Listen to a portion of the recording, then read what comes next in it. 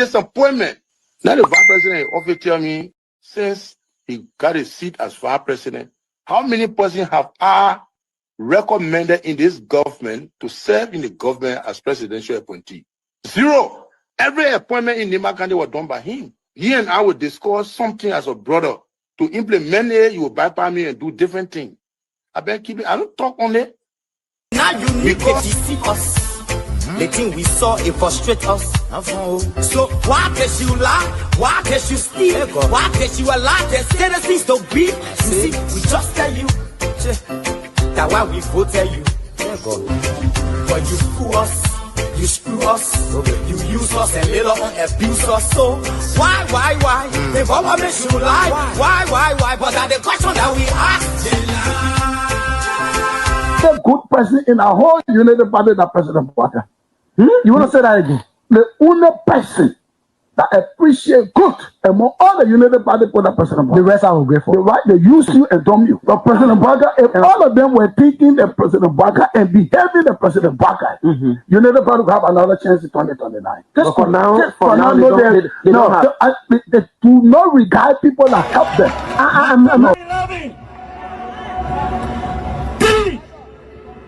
Of our soldiers were executed on this party ground. 2 at the back and 1 right at the headquarters. The man who shot and killed our people today is a darling boy in the Liberian National Police. They brought him back to shoot more guns. Get ready to shoot. Because we challenge the status quo appropriately.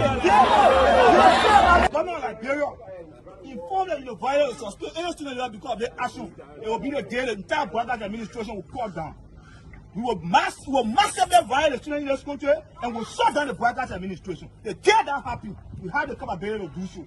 And if they think this renovation project is a joke, let them try it. The fall of the Brothers administration begins with this. If they think they will tumble on any student in this country or at the university like going and work away with impunity, while our children saving opponents and logic in the Western world, while we are subjected to agile power and bad learning conditions here, and the thing will say. In the first 100 days, no car will get stuck on the major road in this country.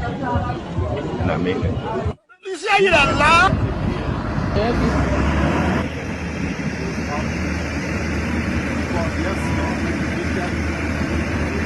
It's going down.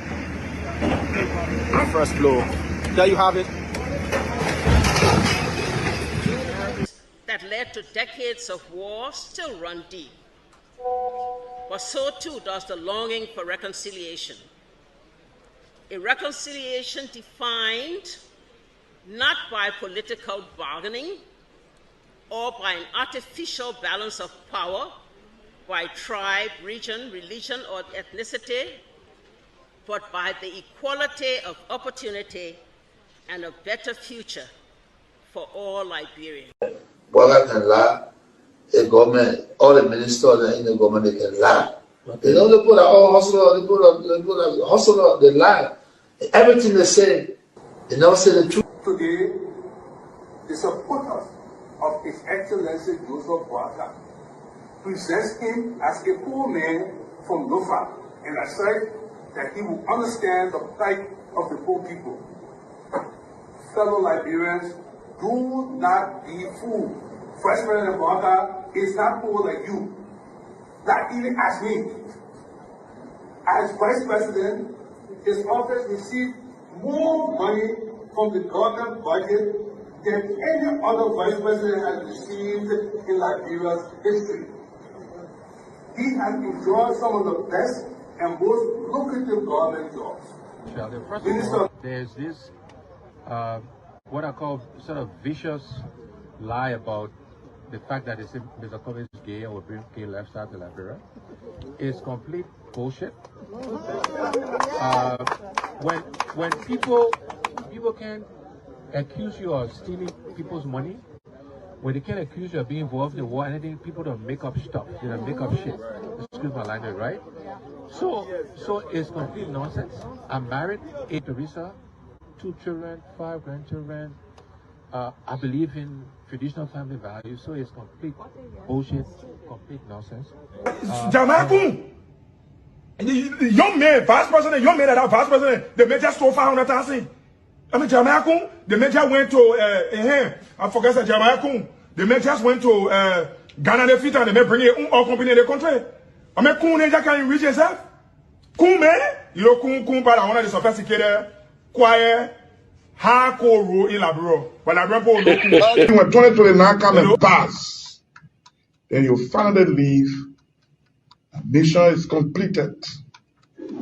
Now, what the rules of engagement? When the war ended, the guy said, the captain, the commander said, mission complete. There wounded outwards, all men on board. Everywhere there is no school, I'll put school. And everywhere there is school and school in bad condition, I'll renovate it. I told them, towns and villages, everywhere you will have lights in the town for children to play and people to see. I told them, every town will have safe drinking water. Charles Taylor is the problem. He will be out of here in the twinkle of an eye. And I say, let well-meaning Liberians come home. If we respect this constitution, a government formed in Accra is a violation of Article 1 of the Constitution. Let them come home. Let that government be formed in Monrovia. The government that capital road, small there, road, B road, all kinds of the place. I think the reason Joseph Boakai will not do much because the old man, the papa is suffering. The papa loves the country, but he can't make it. The criminal there around him, they sophisticated than him. They are sophisticated criminals, so they can't make it. Your league Costa, God know how to pay people. It's just simple. Costa that accused everybody here but himself. Everybody, Joe, we join, we accuse Joe, he killed Joseph Boakai. Boakai still living. Joe, no, you leave better. He made me senator. He almost made Joseph Boakai president until he screwed up. We gave God the glory. Yeah. Well, Boakai, when he screwed, he said, oh, we don't want to make sure we will fought for him to be reconciled with the president. And then the people who fought for him. Look, your league Costa, you will come. And Costa, on a podcast, he said, they don't been calling me. Okay. The time you were calling me for me to kind of Boakai, did I put it on radio? That immaturity to do what he talks about. And I guarantee you, when we finish, there will not be a winner or the loser. Today we all wear the jersey of Liberia, and the victory belongs to the people, to the peace and to our democracy. As we begin to build upon the foundation of this new Liberia, I, George Seleke Kromah, the new president, will first give thanks and praises to the Almighty God for the blessing He has bestowed upon our country. And I say, my people, thank you, When you elect on 85 irresponsible men, what happened to the country? We elect on 85 irresponsible men to govern this country, not to be very irresponsible.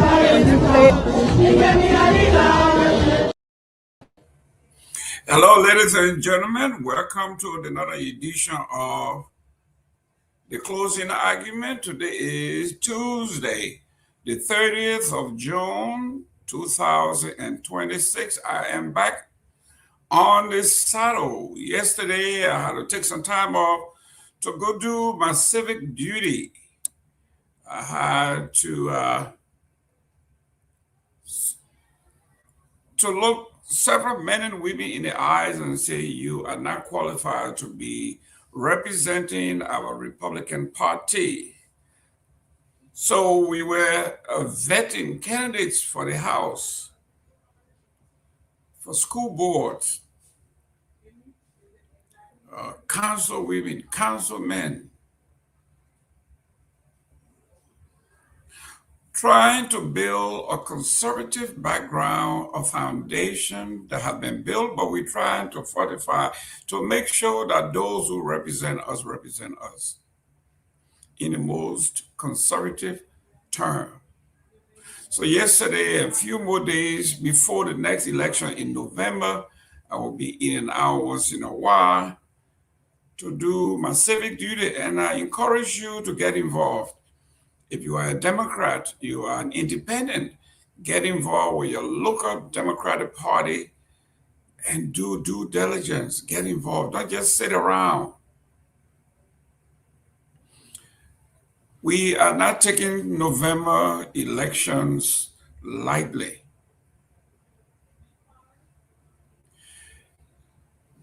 We do not want to be like Bill Clinton when he was president. He lost 53 seats in the House and lost 8 senatorial seats. When Barack Obama came on, he lost 77 seats in the House and 18 Senate seats. He called that shellacking. We have learned a lot from those defeats, and we definitely do not want to repeat them.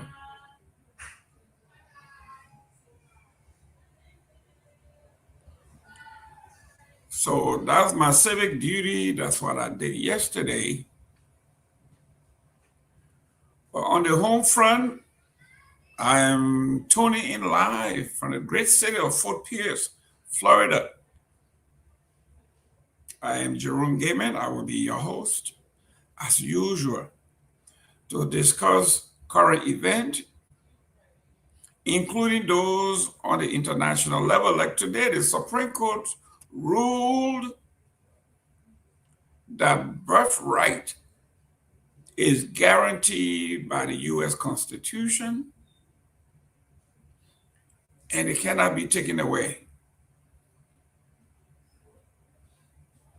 President Trump has filed a motion, an executive order, to make sure that birth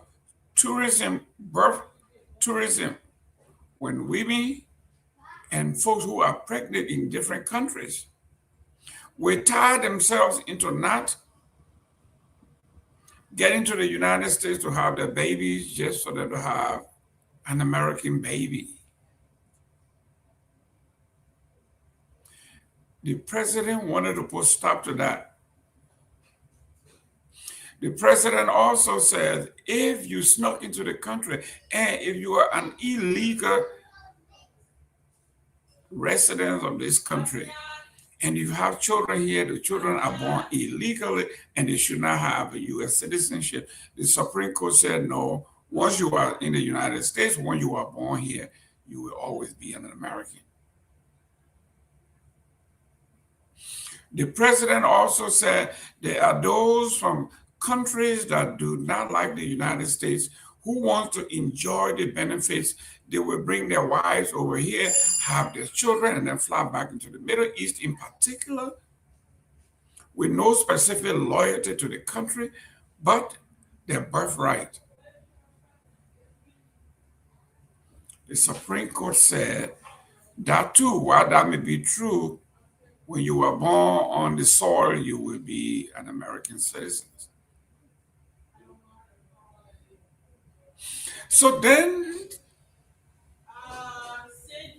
the aficionados, those who are into public policy, responded and said, fine, we will respect the Supreme Court's ruling, but don't be surprised when we tighten the rules around immigration. So now one possibility is every woman that entered this country on a visiting visa or whatever, the entry form now going to read, are you pregnant? And that form is going to be a federal form, and you're going to be on an oath. And if you said no, and you have a baby in this country 8 months or 9 months later, they will count from the day you enter the country to the day you had the baby. And if you are found to lie on the form, you are now going to be held on a federal law for lying on a federal form.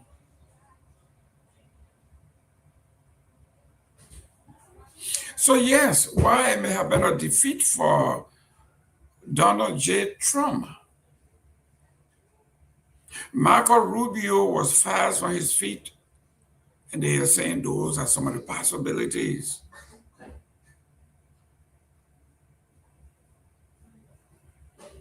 Birth tourism, they want to stop that.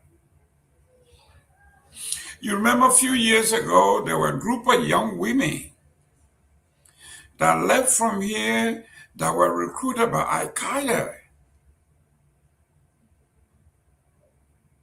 They went into the Middle East and joined what they knew nothing about. They thought they were freedom fighters until they got into the Middle East. And they found out as soon as they got to the airport, all the rights were stripped. Not only were the rights stripped, but they became wives of war. They thought they were going to training camp. They thought they were going to pick up arms and go and fight to liberate the Middle East or the caliphate.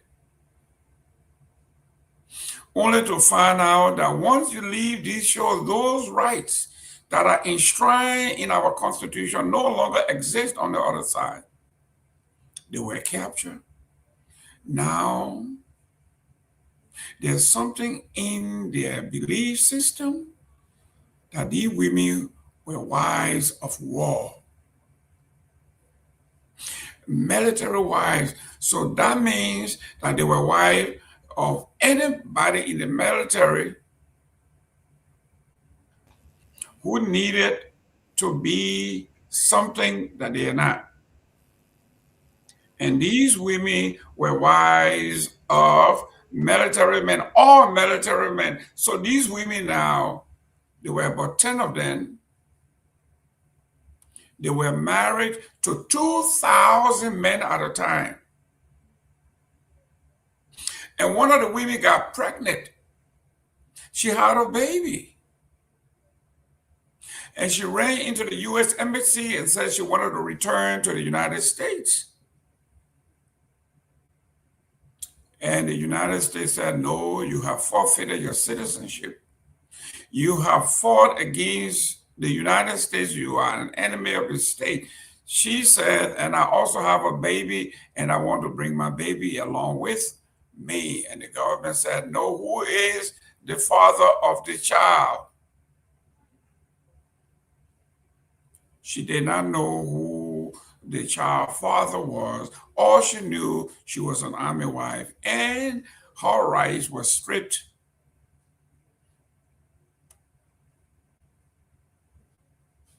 So today the U.S. Supreme Court ruled that while that could be true,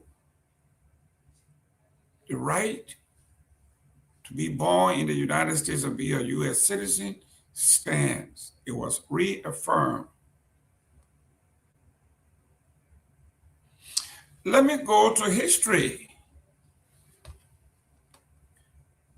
Let me welcome Mr. Anthony Stevens, Freedom FM from the studio. Welcome to the show, my friend.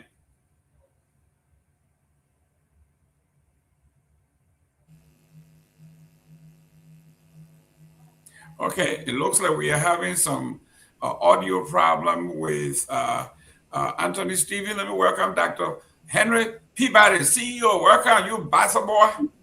My esteemed Bassa brother and chief, Mr. Gayman, that you were missed yesterday. The people Missed you yesterday. Everybody was talking about you.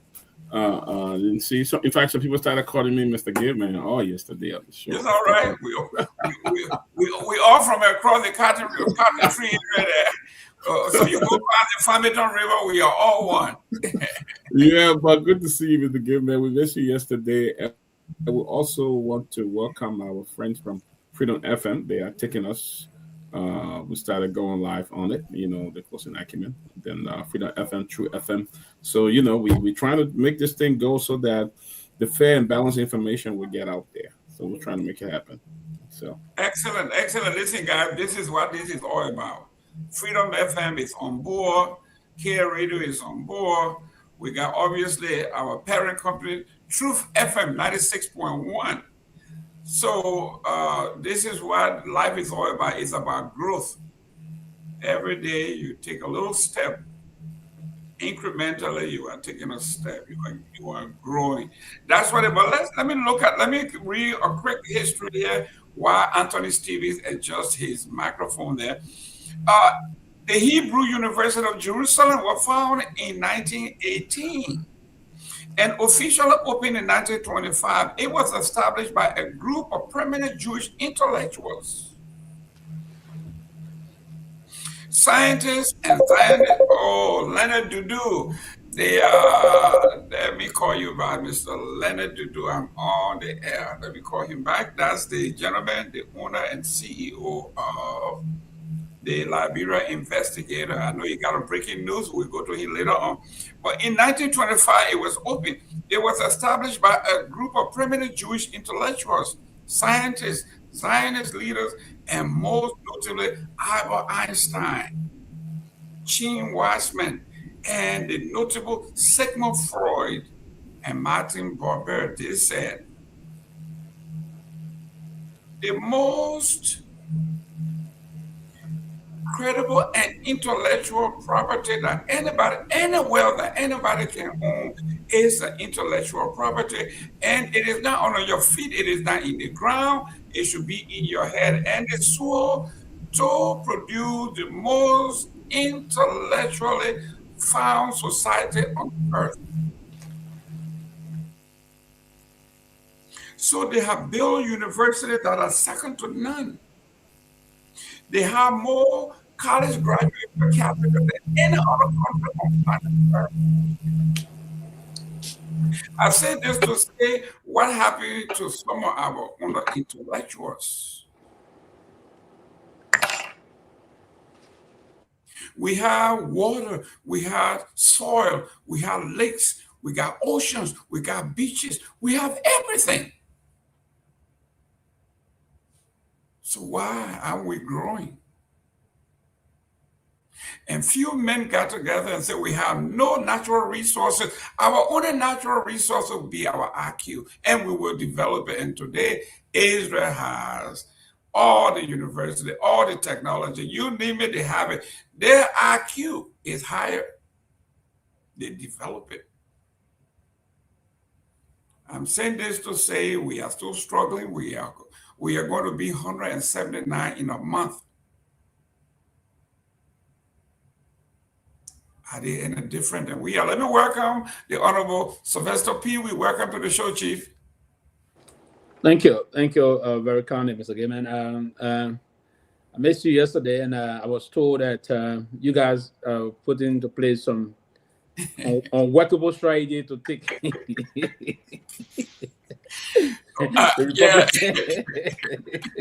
And immediately after that gathering yesterday, then the Supreme Court hit your 6-3. Yeah, no problem. No problem.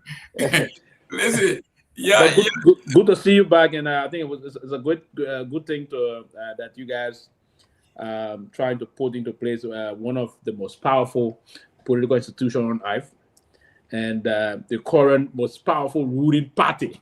That's right. The GOP. Yeah, but good to see you back, Mr. Gayman. Yeah, let me see, Mr. Anthony Stevens, are you there? Can you hear us now? Clear. I don't know if you get me because you said I was coming in somehow broken or so. Yeah, we can get you now. Yeah, yeah, we get you loud and clear. Just look in the camera. Okay. There. There you go. There you go. Welcome to the show, my friend. Thank you so much. It's my debut and it's your debut too on our radio. Oh, excellent. Ladies and gentlemen, if you are a family member from Freedom FM, welcome to the show. We will be giving you a chance later on to call in and let us know what's on your mind. It is a special section of our show that we call What is on Your Mind, because we are not in every community. We are not on every block. Before we went to press, we have already come over our headlines. But if there's breaking news in your neighborhood, there's something more important, you got to let us know and we will profile it.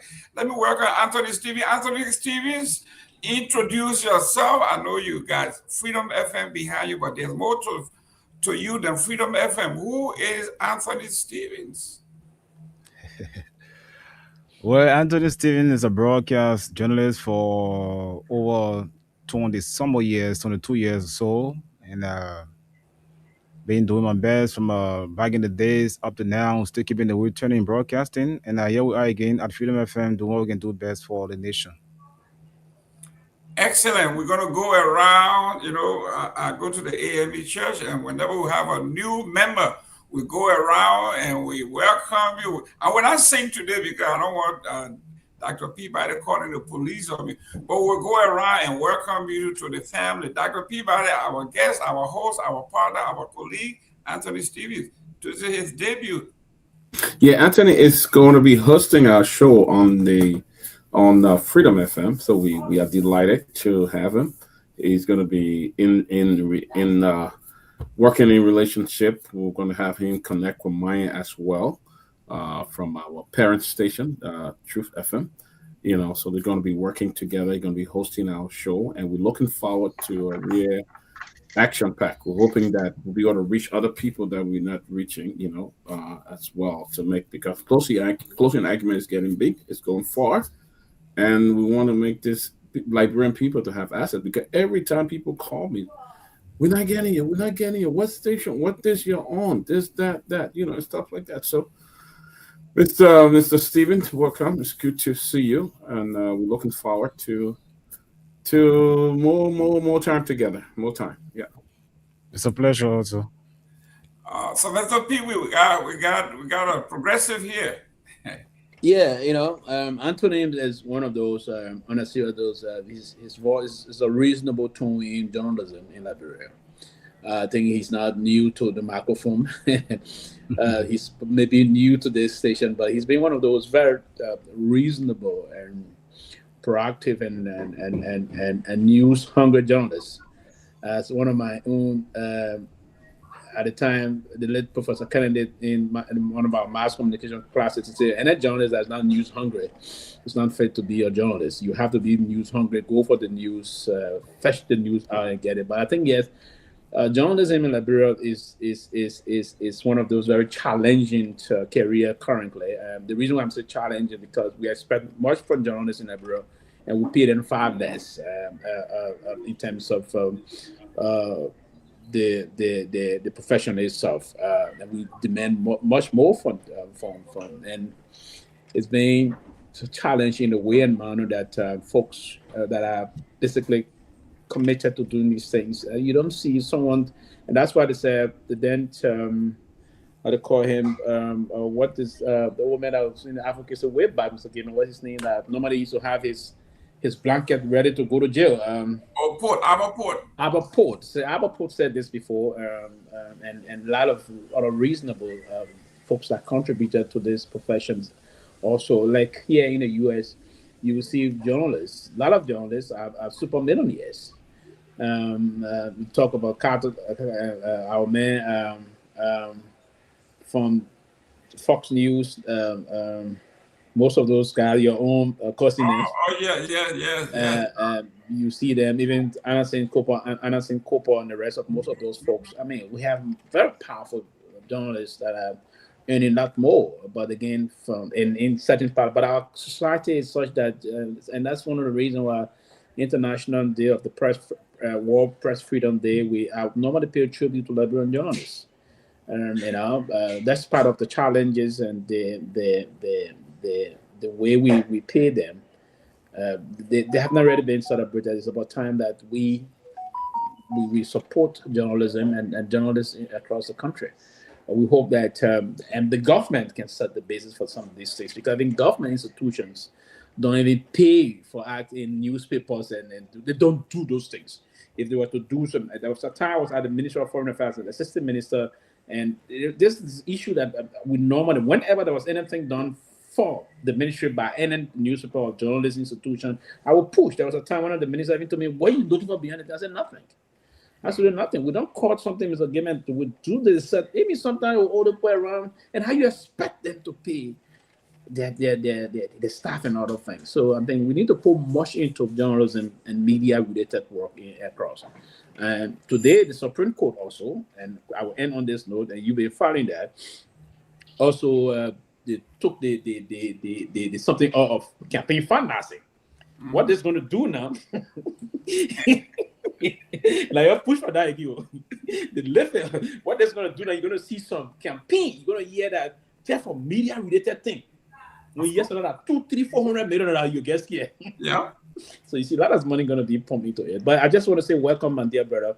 We look forward to having a lot of other interactions, and we will do much more. We, from the angle of the New Progressive, believe in journalism, believe in promoting the work of the media and interacting with the media very well. So thank you for coming, and we look forward to building the kind of a synergy that is required of us as commentator and you, the journalist. Thank you so much. Myean, you will be drinking from the well of wisdom, experience. So you are in good hands. Am I your colleague now? You know, you can't call me Pape, you can't call anybody Pape. We are all colleagues now. We can't call you Piqué, you know, professionalism. We are all professional colleagues now. But you have Anthony Stevens, someone that you have listened to, you've been following. How do you welcome someone of that stature on our show? Okay, so I'd just like to say welcome to Anthony Stevens, someone who's been in the media for a couple of 1 or 2 decades now.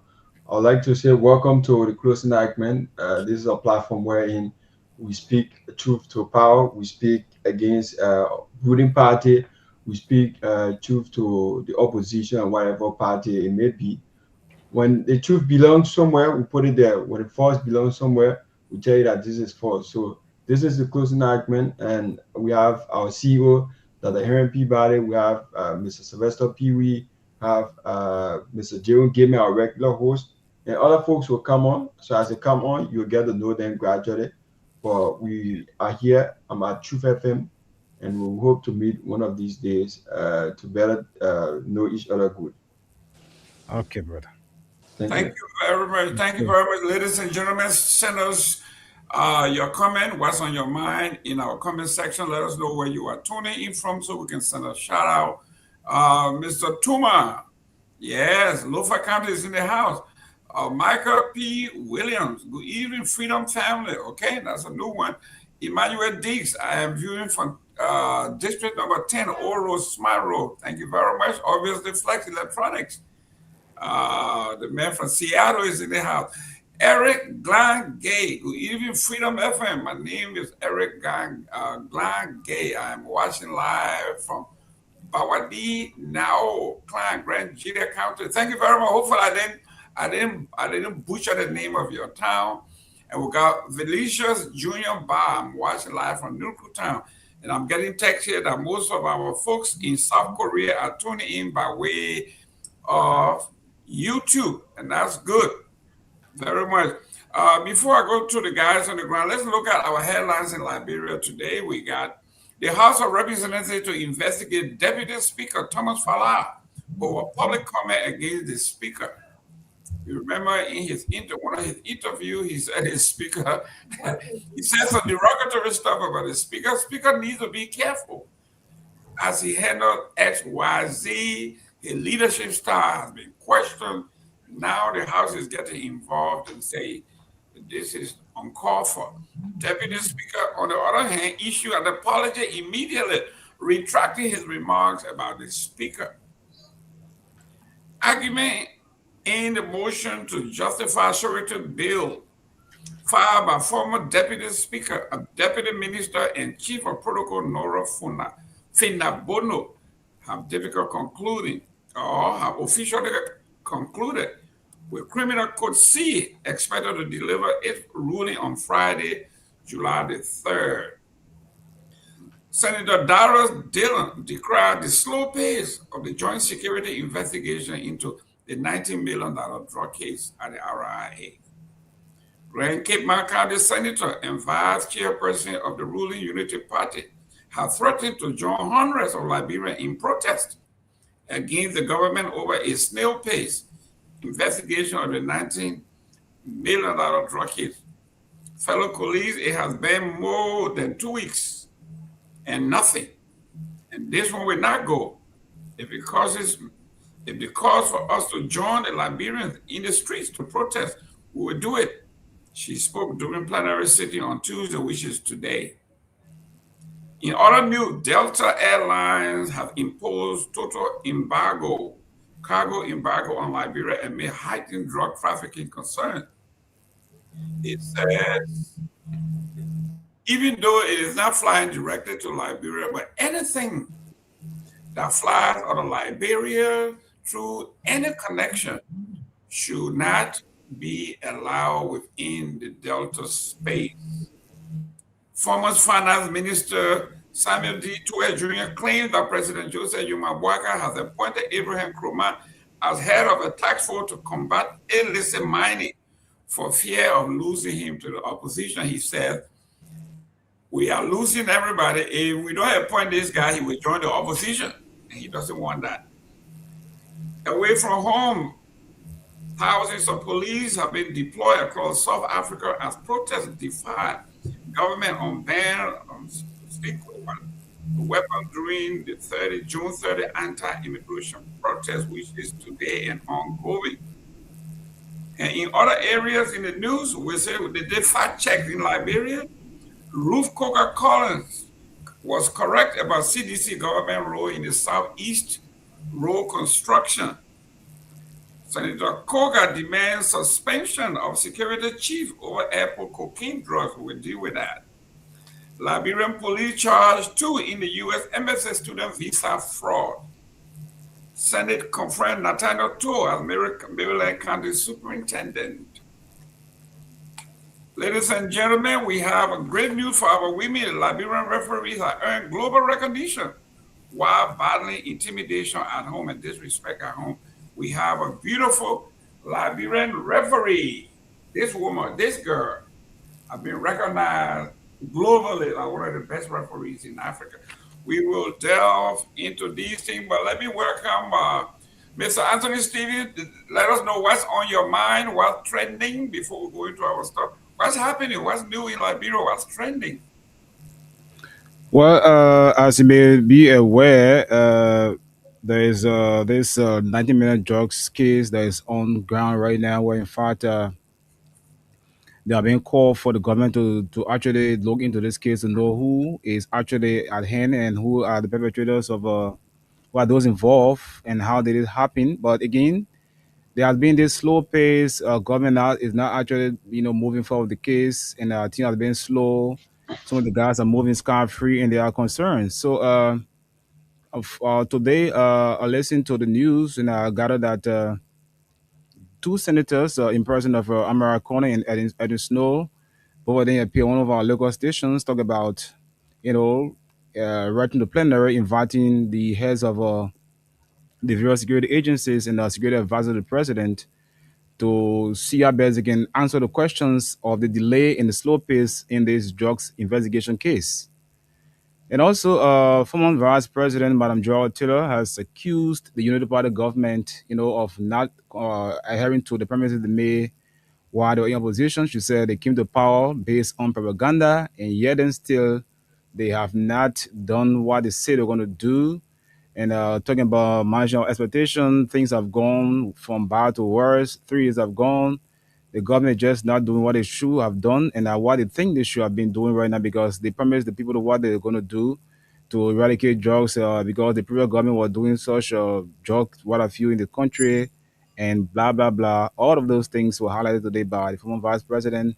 And according to Snow, he said his colleagues, it's not something that is it been a witch hunted or so. He said that other opposition members or those in the ruling party, they are getting involved with this drug case because he quoted President Braga saying that they will make sure they find a dead end to this entire drug case. So those are some of the things that we gathered today from the news around Liberia as it relates to this drug case and how things are going with the government operation so far.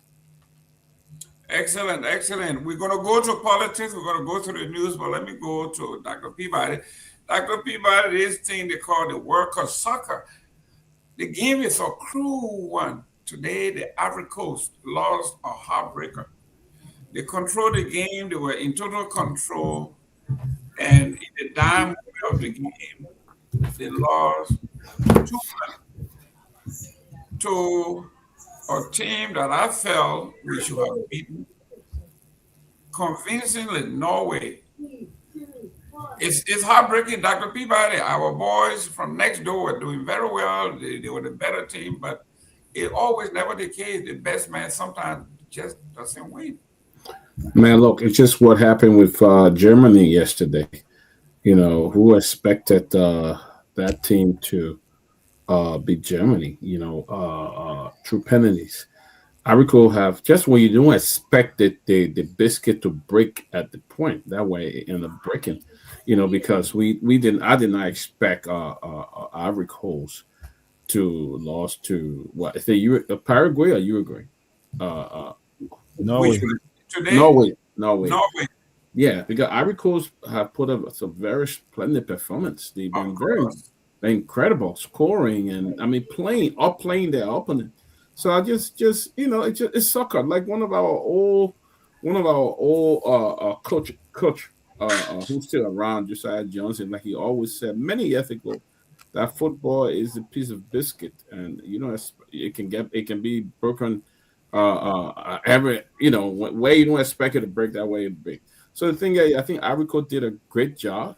I think we need to applaud them. Unfortunately, there must be a winner. Somebody got to go home, and unfortunately, they took the hit. But I think I still give them credit as one of the best teams that play in the World Cup. The African teams are doing very well, except for the xenophobic country that they beat yesterday. The other day they went home to Africa, But African teams have been doing very well, extremely well. So.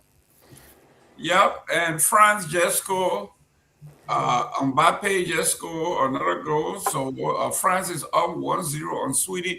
But let me go to Pewee. Pewee, the game today. Like we say, I know we got folks here. We got Liberians living in Norway. Velma Macintosh, keep quiet. Talking about your overlooking, we're going all the way. In fact, I would make it dark. My Norwegian friend that would get mad with me soon.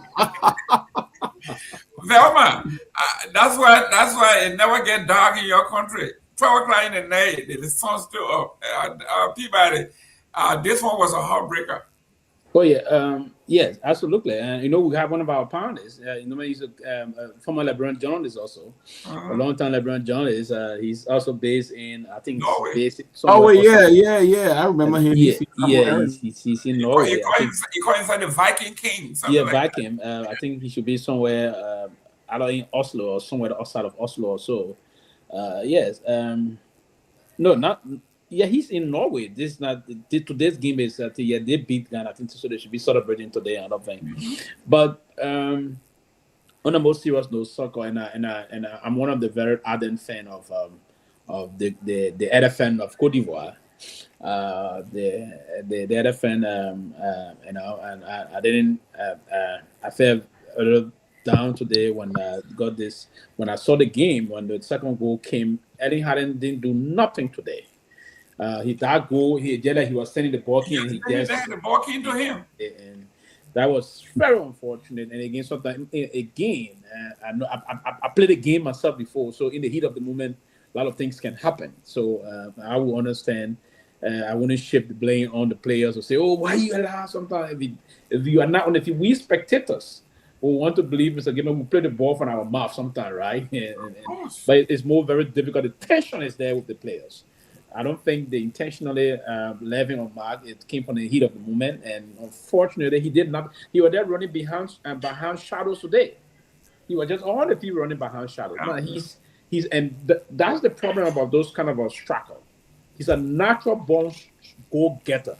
So if you see the kind of people on the field, always put somebody on them because in front of goal. So now, I mean, he's just a natural goal getter. The extent that the ball keep to him, the ball find him, and he put his foot there, and he went in the goal. Nothing he did today actually, right? And you see the goal Ahmed score, Ahmed Diallo score for Cote d'Ivoire. The beginning broke through the ranks of that. He had the tactical endurance and the skills and all those things, and we thought if we put some time in again, I think, but it was a bad day for the elephant, and then we the fan of the elephant. But I mean, we just have to move on. But we look forward to seeing the rise of the African team. One of the African team already qualified for the round of 16. Morocco is there. Morocco hit Holland yesterday. It was very nice, good to see, and we look forward to a lot of things. Cape Verde is going to have a very tough time with Lionel Messi. We hope to see Cape Verde also and see a lot of things going to happen. But from the side of football, I think I'm enjoying this. One of the best World Cup in many years. Yeah, no, I think people said the best. I hope I'm not wrong, but from my own observation, it's one of the best World Cup ever in many decades.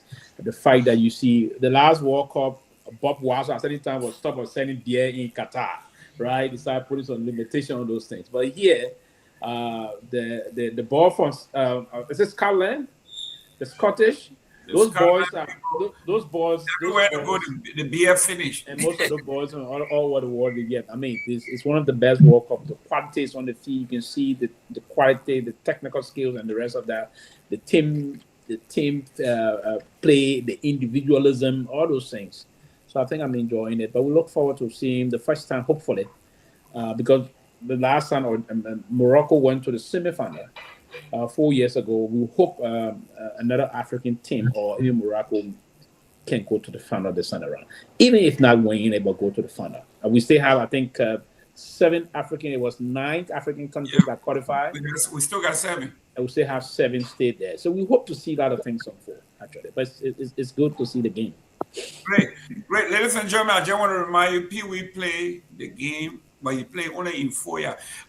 Steven. No, I play Sufatrio. I'm a Sufatrio game. Oh, Sufatrio, okay. Yeah, Sufatrio, the whole Sufatrio. If it's a year, but I used to be the ball to Thomas Apuma. The ball to Thomas Apuma. I play for LPRC orders. Listen, I follow the game very closely, deep play. I'm technically versed of the game. I have my own skills and all those things, dribbling skills and all that. Right. I had not been the war, I would have been a very good striker. I'm telling you, Stevie. I'll talk also what's the conversation around soccer in Liberia today. Well, let me just throw a little bit of light on the World Cup you guys talk about, and before we go, go ahead. Like you said, this World Cup is one of the best, but I have some issue as it relates to the entries of countries into the United States and other host countries like Mexico and Canada. There are too many restrictions. I don't know, because of some global issues surrounding other countries that are hosting the World Cup, like the USA and Iran. Out of this very being denied. One of our CAF very being denied. Other countries were being, interrogated for so many hours. We could actually have some more implication on them. But anyway, be that as it may, the inclusion for 48 countries is a good thing, because it will give other countries the chance to perform, owing to the fact that their game is growing back home. Look at the likes of Cape Verde, just making a debut at the World Cup. And the first match drawing with stars to the spin.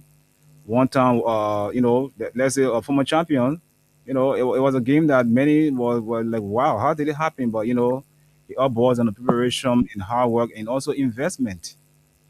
So to your question back home, our league has just ended and the guys are on break.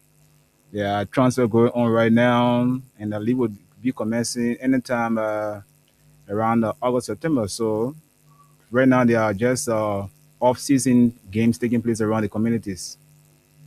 Excellent, excellent. Let me welcome Johnny. But, Mr. Gayman, if I may, I think that's Yes. that's a very great observation quickly here from Anthony, and I agree. But there are reasons given for some of these things that are unfolding.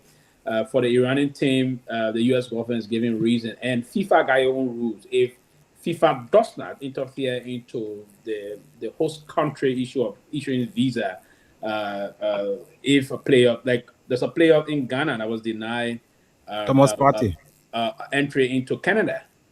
The reason is that there's a pending criminal case he got on him in England. And, the king got some oversight also in Canada.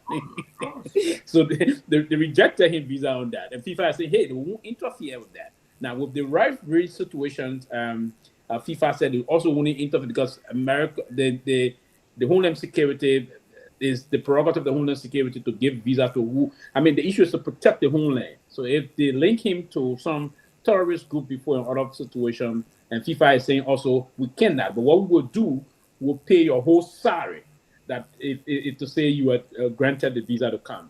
That we can't force you to come. We can force the host country to grant you visa, but we will pay you something. I think he's going to be getting close to $140-something thousand. He's going to get his money, but they won't interfere in the host country decision to issue visa. So those things are coming from, briefly, quickly here, Anthony, from this issue about concern about the homeland protection. And I think every country should do also.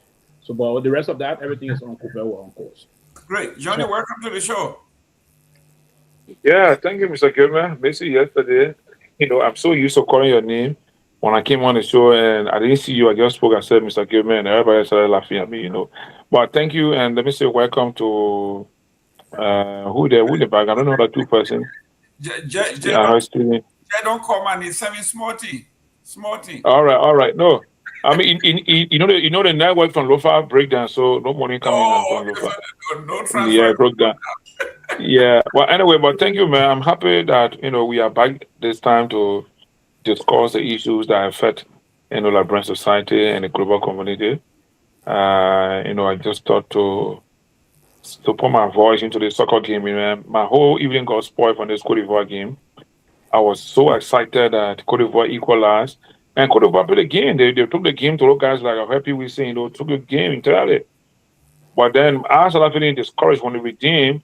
Their whole playing pattern, their playing style reduced, changed automatically. And I realized, and as soon as the playing changed, I told my colleague, I said, look, this game I see, I can see Norway scoring because Cote d'Ivoire had changed their playing pattern. The way they were aggressive when they were being led 1-0, and after the equalized, automatically they get reduced their playing pattern. So I think they actually caused their own defeat. But I like the World Cup that's going on. And one thing I noticed is that the new America is showcasing her architectural and engineering qualities when it comes to sports stadium. I was watching a game with one colleague of one Liverpool fans. The Liverpool said, "Well, Babe, the last stadium I don't see yesterday in Europe doing the game you can watch in Spain, England, France. I don't see no stuff like this. I said America there because the size of the stadium, the features, everything, it showcases America's engineering and architectural capacity. But again, like the fellow said, the issue of people flying in, which we also clarify that the host countries' rules and regulations cannot be overturned by FIFA. And sometimes it's good that the host country understand that the game is a global initiative where football brings everybody together, But it's going good. It's going well. I'm happy that we got more African teams, in the league. I'm hoping that we can have one of the African teams showing up for the grand final. I'll be so happy because we cannot really be seeing ourselves as just, we are going to participate and move from there. To even qualify, we say, a great team. No, we are all equal countries. We all got the same talent, and young people across the world play football anywhere. So it's just that our African teams need to be more focused, more mature, and more, disciplined when it comes to timing, decision making on the field of play. But the game was good. But Mr. Gayman, before I turn over to you guys, something happened today that really caught my attention, man. I went to the pharmacy to get my medication. And look, it was so sad for me. I got in the pharmacy, I met a lady interacting with the pharmacist. and she was complaining that her child is sick. And the pharmacist said, "Why don't you bring the child to the hospital?" She said, "I don't have money, but I can buy medicine for the child." And I saw this required grape water on the counter. And can you imagine the mother went to the pharmacy with $100 Liberian to buy medicine for the child? So the pharmacist said, "Oh, but madam, the medicine you want, the money can buy it." And the woman said, "I beg you, my child is sick. We didn't eat today, but I want to make sure that I got, medicine for her." So I look at the woman and said, "Okay, how much does it cost for this medicine? How much for the medicine?" She said, $300 Liberian. And I saw the $100 in the woman hand in the pharmacy to present to the pharmacist. And the pharmacist said, "Well, my sec will help, but I don't have money on me. But the cost of the medicine is not the money you have." So long story short, I told the woman, "Okay, give her the medicine and add it to my bill for my pharmacy for my drugs." But when I thought to bring this, I didn't want to bring this up because I did something. No, that's not my issue there. That everyday business for some of us around here. But my issue is we need to look at our health system. Liberians, what are you working? You're not working. You got income. You don't have income.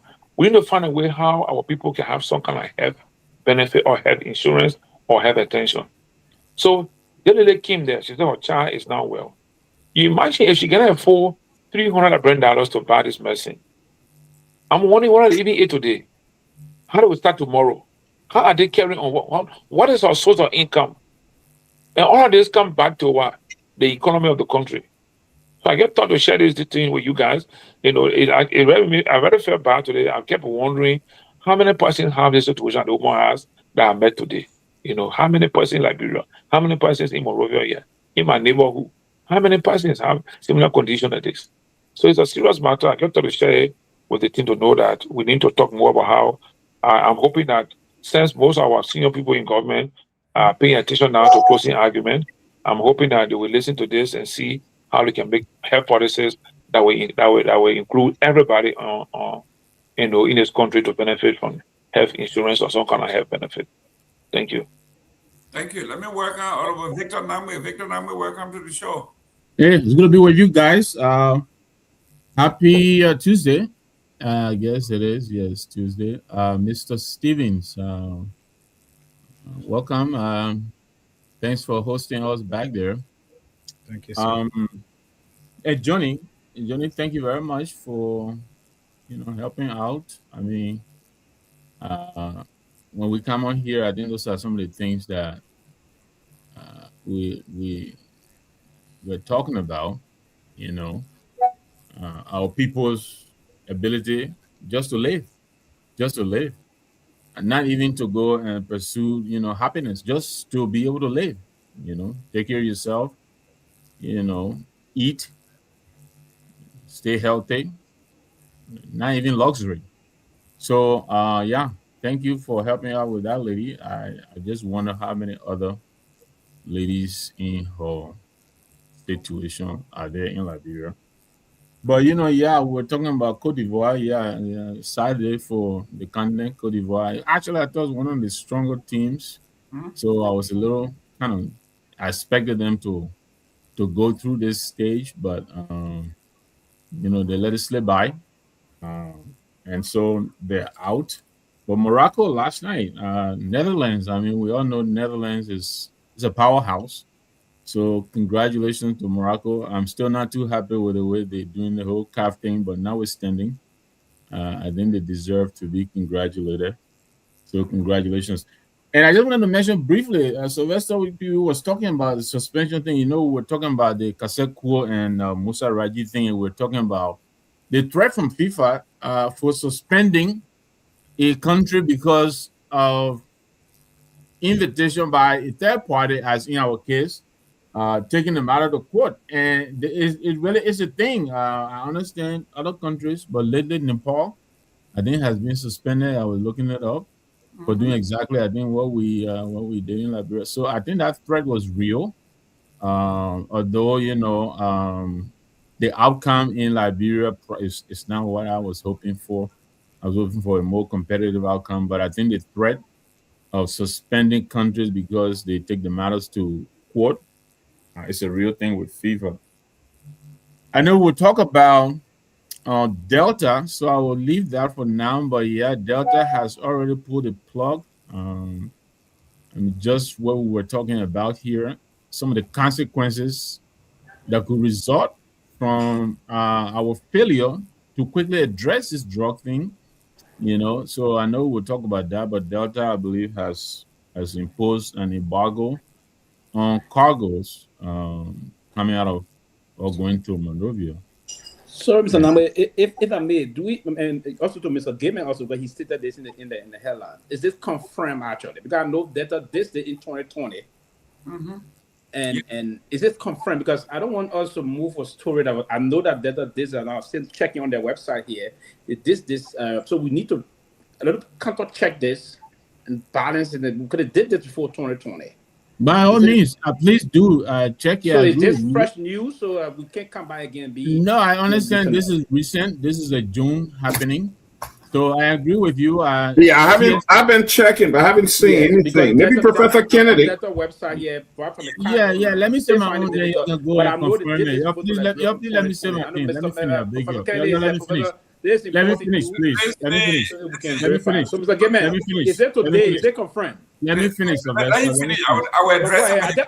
Yes. Let me finish. So, I know TCA is a reputable organization, and we can all go and fact check and all that. But I've checked several different reporting websites, and this is all over the news. So I didn't call Delta, so I can't say, but this is, I believe, it is being substantiated. But they have put a plug, and this is going to cause a lot of problems for all of us. I also wanted to mention, I understand some Liberians have started returning home from South Africa. This situation with South Africa, I understand there's over 200 of our patriots in South Africa. Some of them have started returning home. I haven't heard anything from our government yet. I know the Ghanaian government have asked the AU to put that on the agenda for discussion. So I hope our government is also going to say or do something about it. But I also hope that, our people who are returning home, are received and resettled. Hopefully it's not going to be like the recent returnees from Ghana, who had to go up in the streets because they weren't getting the resettlement benefits. So, but it's good to be with you all. I know some of these topics will drill down, as we go on with the show, but it's good to be here with you. Great. Let me welcome Professor Larry Kennedy. Chief, first I want to say thanks to Mr. Anthony Stevens for joining the TCA family. This shows that TCA is growing. Whenever you have an organization, the Freedom folks joining TCA is growing. And this is always positive, right? Because you need to have different voices being heard. You can't have all of the news and information coming from one side because it can always be slanted. So when you have someone like Anthony Stevens and his team, so Mr. Stevens, I really do appreciate, and I say thanks to the TCA leadership, Chief, Doc, Mr. Pewee, you guys are doing great. If you guys were a private entity, I would tell you to sell stock because your value is going, I'm telling you tremendously, your value is going up. People would be willing to invest, whether you're selling shares for $5 or $10, because the fact that you bring freedom and you have some other organizations on the ground that will be joining, this is very, very positive. Mr. Gayman, when everybody's saying they miss you so much, I think the next time you put in for a day off, the CEO should reject it. Yeah. Because, yes, we'll no reject day offs for you. I'm telling you right now.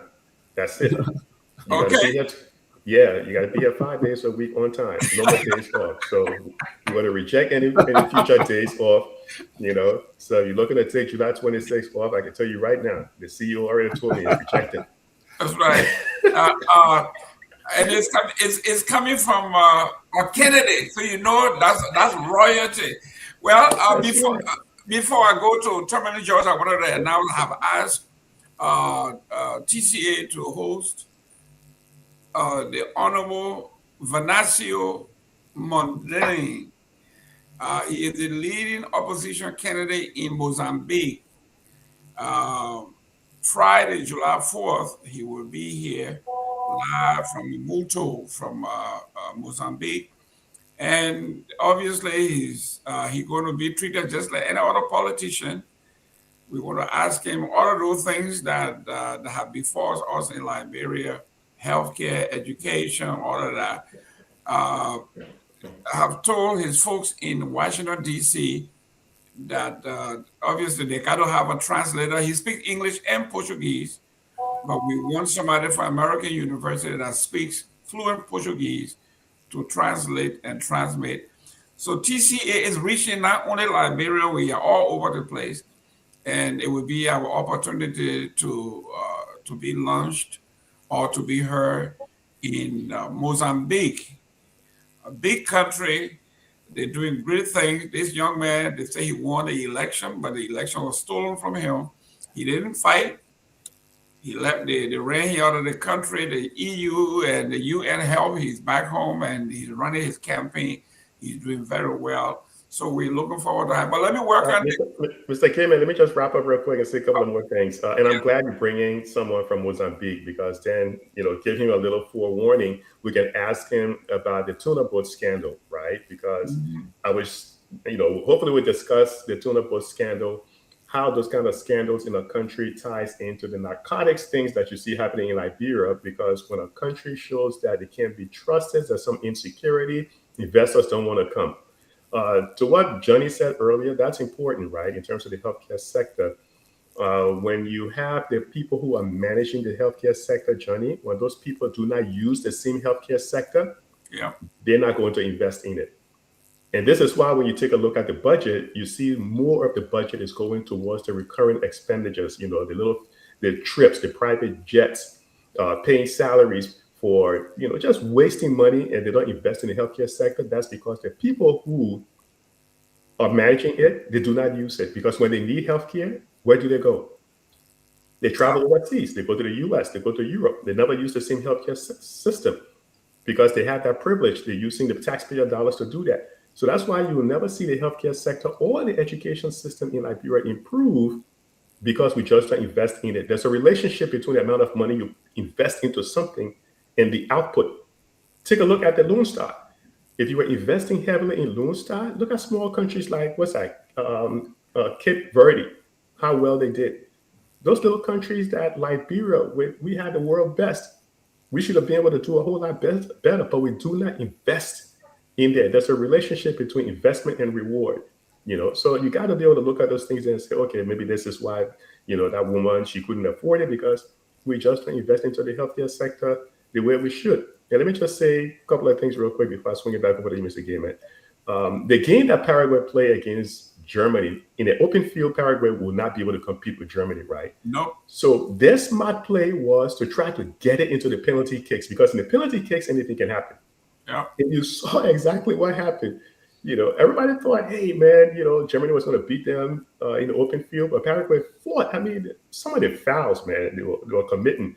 That was their game plan. They wanted to make that happen, to go into the penalty kicks, and it succeeded and that's why you got to have a good strategy. When you have a very good coach, he knows your weaknesses.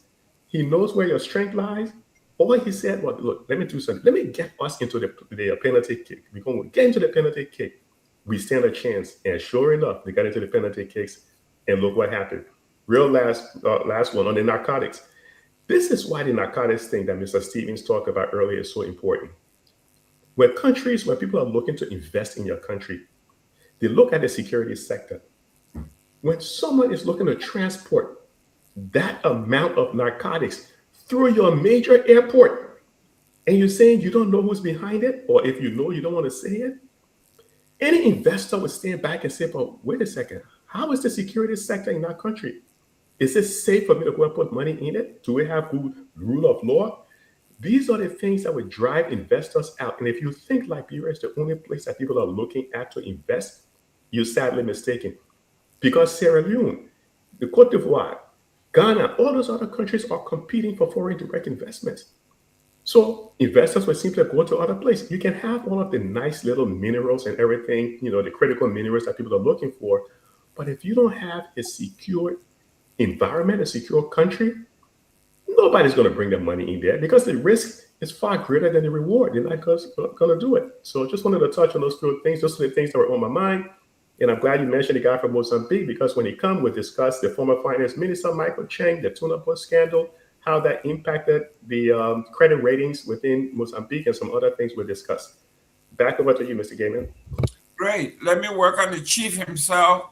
Chief Tomalin George, welcome to the show. We have our guests, our partner, our colleague, and our sister station, FM, Freedom FM from Monrovia. They are broadcasting live today, their debut. So, he's the pretty boy. We have to say hi to all of our friends and families listening by way of Truth FM. Welcome, Honorable George. Mr. Gayman, thank you.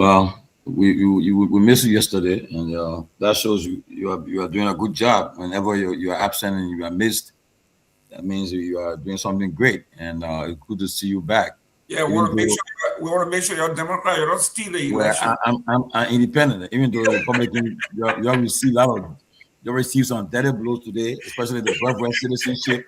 I was just surprised the vote. I thought it would have been 7-2 or something like that, but the number I saw, I was shocked that some people still voted that they want to undermine the voting amendment. But this is the great country called America, and also the voting issue about the mail-in ballot, that was good too. I'm happy. I love that too. But guess what? We accepted the Supreme Court ruling, and because we respect the rule of law, we agree. I really respect the rule of law. We respect the rule of law. But it's good to have. You can say agree, then you attack them and you cost them. Well, it's good to have Anthony Stevens. Welcome, and we're happy that our Freedom FM is now broadcasting our show live. We're expanding. People are listening to the radio. And the good thing about you guys have a very large audience. So it's good that we expanding and people are listening to us. In fact, I already got messages that we are on your radio station now. People just told me some people who listen to you, who follow your radio station. So that's good. We're happy for that. And we appreciate the management for coming to that agreement with us to reach this point. And as time goes by, we hope to expand more and more. But thank you. And also, we got people that are also volunteering free to be relaying our show in various counties. Somebody from Lofa is also doing it right now as I speak to you. So it's good. I'm happy for all of this. And also with the news, we hear all the news today. We're happy. And the news about the deputy speaker, the president speaker. I even heard just now before I got on the show that I know maybe that won't come up one day. They say the president thinking that he said, I think the mistake we made. We shouldn't have even joined people to remove Kofa. Now we're seeing all the problems we're seeing now. But I know when Roma will come out, we'll get bigger. But we know we'll have a good show. And as for the World Cup, I'm impressed with the African country this time around. At least they are making some headway. But I won't be more impressed until I see African countries in the next round, the next stage. I think right now the group of 16. For now they go to the group of 8, right? Yeah. And then a group of 4, then group of then. Yeah, but we got one already in the next round. Yeah, Morocco beat Holland yesterday. Oh, but then that's good. Then we are moving. And we pray. Yeah. Ghana still there? Yes. Yeah, Ghana coming in. But I think I was told that the floor water made the player then vest. Everybody been at it. Man, the whole Accra, jeez. Yeah, we just gotta hope for Ghana, because I don't think the thing did not impress me. I had a chance to watch the game on Saturday. Yeah, and it was unimpressive. They didn't play with that expectation. But they had already made it though, so that game was inconsequential. Well, they had thousands of people that flew from all over the world to come watch them play. Yeah, but they will not put a stars player on the pitch. You can't get hurt or get any yellow card or so. Okay. Well, I don't know whether the player that played were not the star player. They were all the players that play. All the star player. Maybe Pewee can help out. Pewee know the guys there by name. I know that. No, they had the likes of Thomas Partey, Jordan Ayew, all of that. All of them play. Jordan Ayew played. Thomas Partey played. Everybody else played. You know, ask people about any player that playing. The man know the club play for all. The man know all the players now. Oh yeah. The man is a sportsman. Religiously, not some all. Even the world best players answer no name, but they say in our school. I know Dembele. Oh yeah, Dembele. Yeah, he just scored. Yeah, it's 2-0 now. France. Yeah, France is up 2-0. Oh, France up 2-0. Yep, 2-0. Dembele score and Mbappe. Mbappe score. All the stars No, Dembele score. Who scored? Bakola. Oh, Bakola. Okay, well, they're all from. In fact, the third African team right here, France. The whole squad, is also African people. Anyway, guys, you know, when the man said that he said that all from Africa, he almost said the Samuel Doe. And as he said that Vakia. You want to know what you want? Yeah, it's still going back. Listen, that all you gotta say. Don't worry about the chest. Just a Vakia. That's all you want to know. Yvonne, welcome to the show. You're doing very well. Yeah, she said Mbappe scored. Yeah, he scored the first goal. Patience Simon, thank you very much. Thank you very much. All of our folks are tuning in. That is very, very good. Daniel Sharif, thank you very much for tuning in. Well, guys, let's go to our headlines, the headlines from Monrovia. Then we will go to other stuff. Let's go to Thomas Fala. Thomas Fala is like when you take a pebble, a little piece of rock, and you throw it in the middle of the water, you know, it reverberates. You can see the circle. This guy is making some waves when he speaks, what he does, where he stands. Everything has something to do. Let me start with Pewee. The man accused his boss for being either unprofessional, unorganized. I mean, you name it. Even though he took it back, but he hit him real hard, below the belt to some people. Oh, yes, and the reason why he took it back, there would have been some serious consequences. He took it back because he just wanted to cool his tongue here, and I thought I said your accent yesterday, while you were away, we briefly discussed some of his activity with limo and the rest of the way he's extravagantly spreading money around in recent time, using more than 100 or 200,000 to get a headquarter battle prom land in that part of the city and build limo headquarters, pull the president over. He's talking about the kind of an influence he commandeered. He commandeered an extraordinary influence now with the presidency and the rest of that. But I'm thinking that is carrying him off. You see, it's carrying off the line, and so he's making statements and not consulting. So some of these statements will cause some serious political trouble for him. Sort of the reason why he retracted the statement immediately after Representative Debbie wrote that he should be investigated of the statement. And now the House is the area that wherein the crocodile get eat own baby. So they will have launched a kind of an investigation, and they maybe come and use that. There are a lot of folks that are not happy with him, and people use that in the system. Now, he has to bear in mind that the Speaker does not. They will pretend to, because the Speaker want to remain Speaker, but the Speaker will listen to most of the star of the United Party. They are not comfortable with him. They believe that he's venturing to uncharted territory, and he's trying to own their own territory, going more deeper into certain areas. So there will be an attempt to neutralize him if that attempt has not started. They will have to move to do that quickly. Now, the problem is that no one's going to trust him moving forward. He lambasted the regime that built him and made him the person he is today. He even asked why we want to go back to the executive, why they want to come here. And he knew all of them were in our same place. That's the place that built him, right? He went after WIA and the CEC very hard. There's going to be no sympathy for him there. They're going to do everything also to attack him continuously whenever they got any kind of an opportunity. But here's why he's mistaken. And to go for the Speaker, now he went for almost everybody.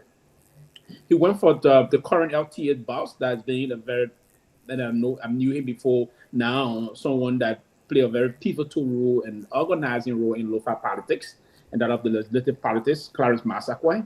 He also went after, he didn't call name the current finance minister, that he's not focusing on his job. He's trying to now, he's nursing, increasing the nursing the presidency. He went after the finance minister. He also went after his own boss. Now, the problem that he had therefore is that he believed, now what is taking him off the line is that the president broke quota not with him. He believes he's captured the president already. That's his mindset. So he's using this, spending some serious money around. It's the same money he got through the system. He's going to use that. He's like, I'm going to use this money to buy my way through. I'm going to go to the U.S. And it's part of the reason why also Liberia in the diaspora can say sometimes, okay, man, you and I, we disagree, so not to agree to issues. But the Liberian diaspora cannot set the basis of some of these things. The same Liberian that will criticize, call, hit the government hard, hit this. They are doing this, they're doing this. You see it organizing big party for them, and they are all moving, chanting all this kind of line. They're not asking their hard questions. So it's part of the reason why he's doing that. So he's in a very tough zone currently. So he had no option but to retract the statement immediately and run out some apology and refer to this deputy speaker as his friend and brother. That's the main thing. But no one would treat a friend and brother the way he did. No one. But now, as a matter of caution, to safeguard himself and his job for now in the relationship, he said, my friend brother. But I don't think you will attack your friend brother in the manner he did. So it's justified for the purpose of we more on the show tonight. So I mean, it's unfortunate and what he's doing, but I don't think he's headed in a very terrible direction. If care is not taken, they will neutralize him and just excommunicating in no time. Great. Before I go to somebody else, let's go to the newer kid on the block. Anthony Stevens, you are on the ground. You are listening to what's happening. We are talking across the pond. We are from across the pond. Talk to us about what's happening there, the deputy speaker, and what's happening in the House between the deputy speaker, everybody else, and especially his boss, the Speaker of the House. We listened to our party listened to Deputy Speaker Fowler on Sunday on the Spoon Talk, where in fact he spoke about the speaker being unprofessional. He's trying to make some impact in his life, that is to make him to learn something, but he needs to improve. He talked a lot, and at some point in his discussion, he felt that he was going the wrong way, but it was too late. Then as soon as that went into the media, and all have seen his statement as undermining his boss and what have you, and one of his colleagues wrote Penner that indeed there should be investigation into his statement, and perhaps could retract him or retract him, sorry, or be investigated as to what led to his making such statement against his speaker. Of course, they have actually right around the speaker to make sure his office is being protected and respected, as they have all done that. But again, he coming back to apologize. Well, it may be in good faith because he level his relationship with the speaker as far as some 10 years ago, that they are cordial. The statement shouldn't be seen as something that will break the relationship because they have come a long way. But agreeing to that is important. But one thing I want to know, I want to make people understand: apology may repair, the situation, but emotion will not be, removed. So I think he made such a statement in a way that he shot himself in the leg. Coming from a major party that just lost election, and I already know that he's with the Unity Party, but he's been termed as member of the head of NIBO, a group that supports the presidency, and he questioning the former president why he's indeed coming back to power. All of these things, I think that it boils down to trust and his credibility within the circle of the speaker, because anybody with such motive or statement, in shorter time will actually be questioned, because it boils down to loyalty and all of that. Maybe the speaker also will see him as somebody who answer to his leadership, or some thorn in the flesh, or not being too much in his interest, but somebody who is a pretender.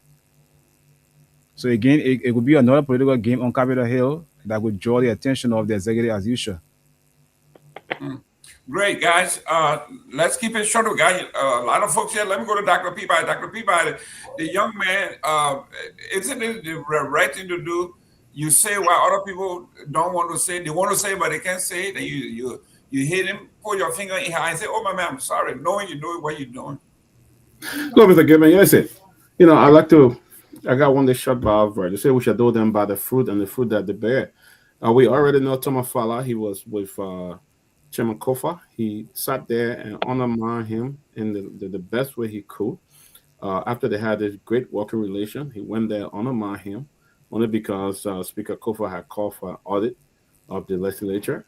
And he honored him. He didn't rest until they found a way to push him away, found the best they could do to kick him out. Now, he did the same thing to the CDC. The CDC that brought him to light I'm not trying to put him down, but from selling plank. The CDC was able to promote him to become a representative and stuff like that. And now he went up. I've been saying this thing for a while. This guy is one of the most corrupt guy in the legislature. There's a man who even go as far as taking money for office supplies, and they will cut it down. There's a guy who will cut up the money for office supply and cut it down and stuff like that. So the thing is, we see him all in the U.S. here. He was in Philadelphia the other day, paying thousands of dollars for people, buying them T-shirts, buying them jersey to play game just to honor him. He went to Minnesota, paid people, paid for. Now, if you're ready to form an honest organization where you want people to follow your lead or the message you have, you don't have to be doing that. People themselves will come up and buy jersey. They will rent hall to receive you. But he's taking thousands and thousands of dollars. He's in Canada. He's doing the same thing, going all over, bribing, spending more than $150,000 all over the place. And you got serious stuff going on back home. Johnny just talked about medical and stuff like that. This guy, we all know he's very deceptive, because I love how he's unfolding, because he and the same Speaker Coon were the one there, and they were all lovey-dovey singing. The more we are together, somewhere they were standing singing, the more we are together. So I love how he's unfolding. Two corrupt people going against each other, man. Mr. Gayman. I'll stop there. Johnny, real quick, we got a lot of folks here, but listen, the president said at one time, he said, if say I don't support corruption, but if you're going to steal the money, bring it to the people. Thomas Fala is bringing the money to the people. So why should they complain? No, I mean, Mr. Gayman, like I said last night to my colleagues, Thomas Fala is doing his best. He's on a mission to infiltrate the Unity Party, and he's succeeding at some level. I mean, his apology to his speaker, is just a deception. There's an agenda, and there's an agenda that the guy is moving on. He's working with. So the DP guys should just be on their alert, but I think they have missed it because the man has already captured the head.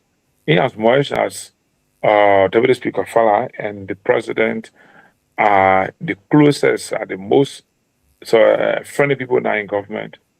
UP guys should just sit and they should just try their best to keep grieving. But I mean, Thomas Fala is the guy, man. The guy, he's the guy on the block. He's the head nigger in charge in the legislature.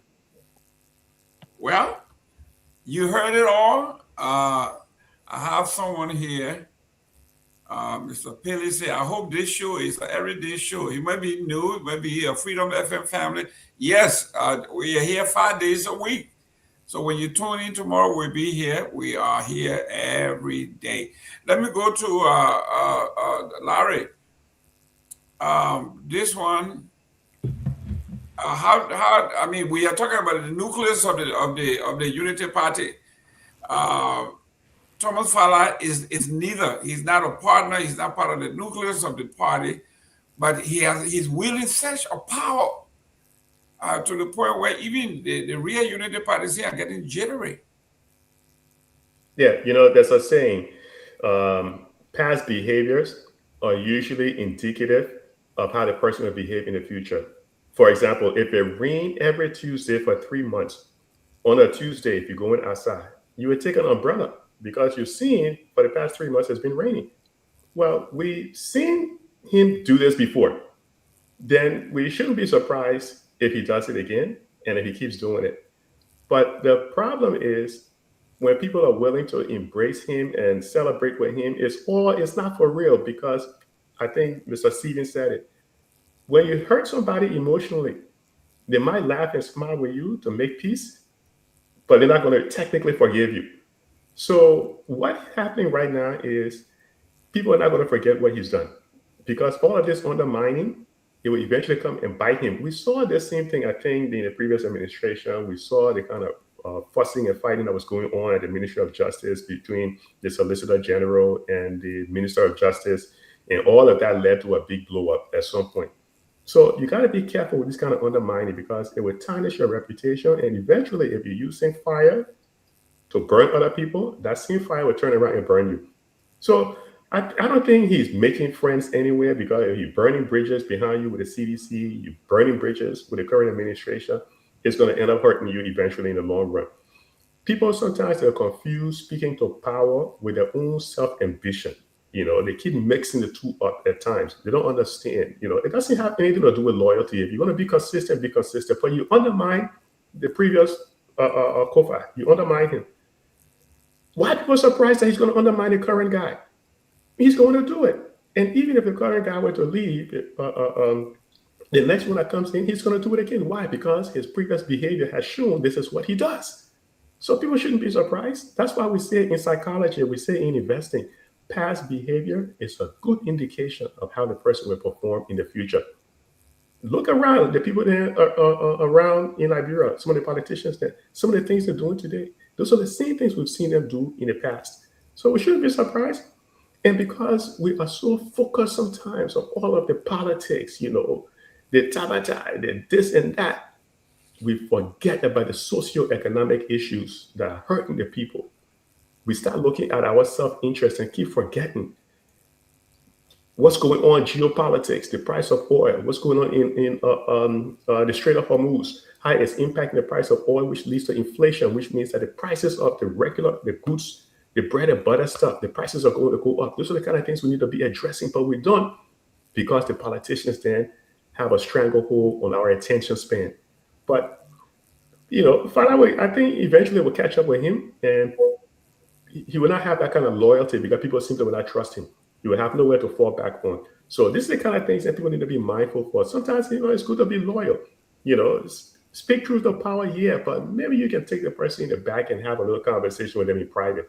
But when you bring everything to the forefront, everything in the open space because you're trying to do something or show something, eventually you lose loyalty amongst your friends and nobody will trust you going forward. So I'll give it back to you, Mr. Gayman. Let me go to Victor. Listen, I like some white folks, and I keep saying this. When you come into a space where it is so tight, instead of being dominant, just be neutral, fitting. You want to stand out like a sore thumb. This man said, if you're running, you got presidential ambition. You shouldn't be here. You are underperforming. The president should reshuffle. President should get rid of you. I mean, he just went. He took on everybody, and finally to his boss. They see that he really wants because he wants to be the speaker. Telling his boss that the man is undisciplined, he's unprofessional, and all of these things. Can you imagine talking to your boss? Then you turn around and say, "Boss, I'm sorry. It's a slip of the tongue. I can't do this." Yeah. Dr. Peabody and Mr. Pewee. I just dropped the link for the Delta News in the chat room. So I'd like you to check it out. I honestly do not appreciate being fact-checked in real time. I think there's professional courtesy here. We should accord to one another. I don't appreciate that because I don't do that to you. No, we just asked a question. So when I bring my Mr. Lamar, what are you saying here? Mr. Lamar, you saying to ask evidence too? Let me talk my own. I don't want you to question what I bring here because I don't do that to you. No, but no, see, you always did that. No, come on. Come on. I have been here long enough. Come on. You always did that. Don't tell me to hold on. Don't tell me to hold on. No, hold on. Why you want to personalize this? You can't tell me. Gentlemen, we're having a great. Why you want to personalize this? So say if it is true. I'm not personalizing nothing. I'm not personalize it. I did not question your information when I bring my. You always did. Always did that. Always on this platform. Okay, guys. We're not personalizing anything. That is not true. That is not true. Let's say if just confirmed. But I just dropped the link. I just dropped the link in there, which I believe. Don't get any feelings on this. Pewee, let me talk. All right, Pewee, let me talk. Give me a minute. Let me talk. All right, let me talk. You can come back when I'm done.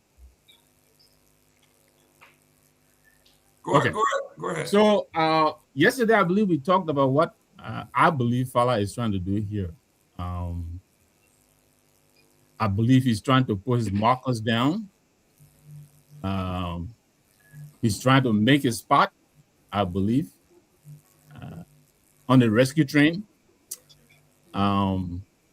He took a lot of pot shots at a lot of people, and I think he's trying to feel them out.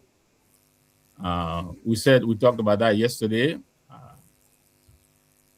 He is not of the UP, but notwithstanding, right now I think there's a lot of clout that he's wielding, and I believe the president is giving him a wink, in my opinion, and so he's trying to stretch the limits of his powers.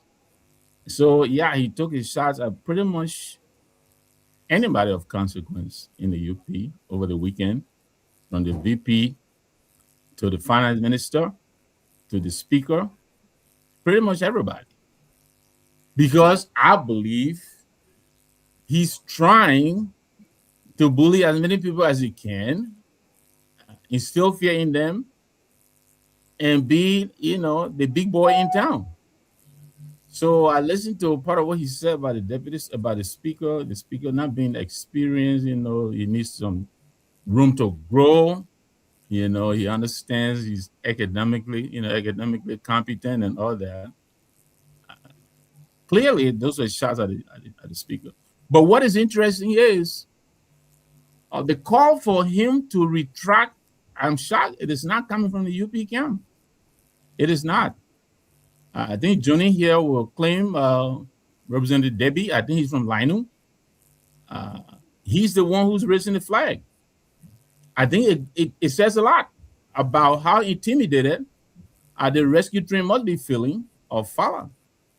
And so, yeah, he's retracting, as many of you have said here, but I think the damage is already done. I think his goal has been attained. I think the message he wanted to send has already been sent. So, yeah, he's apologizing, and, we'll see how it plays out. But that's my take on that. I believe the deputy speaker and the NEMO team, I think they are going to be the vehicle, I believe in his opinion, that the rescue train is going to use going to 2029. And all of what is going on here, in my opinion, points in that direction. Well, back to you, Jerome. Yeah, Chief Tomalin. Chief Tomalin, here we are. Someone just said maybe the president is using Thomas Fala's mouth to chew his pepper. And two, a guy who supports you with only his voice, will you listen to him more, or the guy who supports you with his money, lots of money? So someone said that's an easy choice for any leader. But do you think the president is behind this man? Say these things, do these things, do this. You think he's just doing this out of a sudden, or he got a backing of the upper echelon of the party?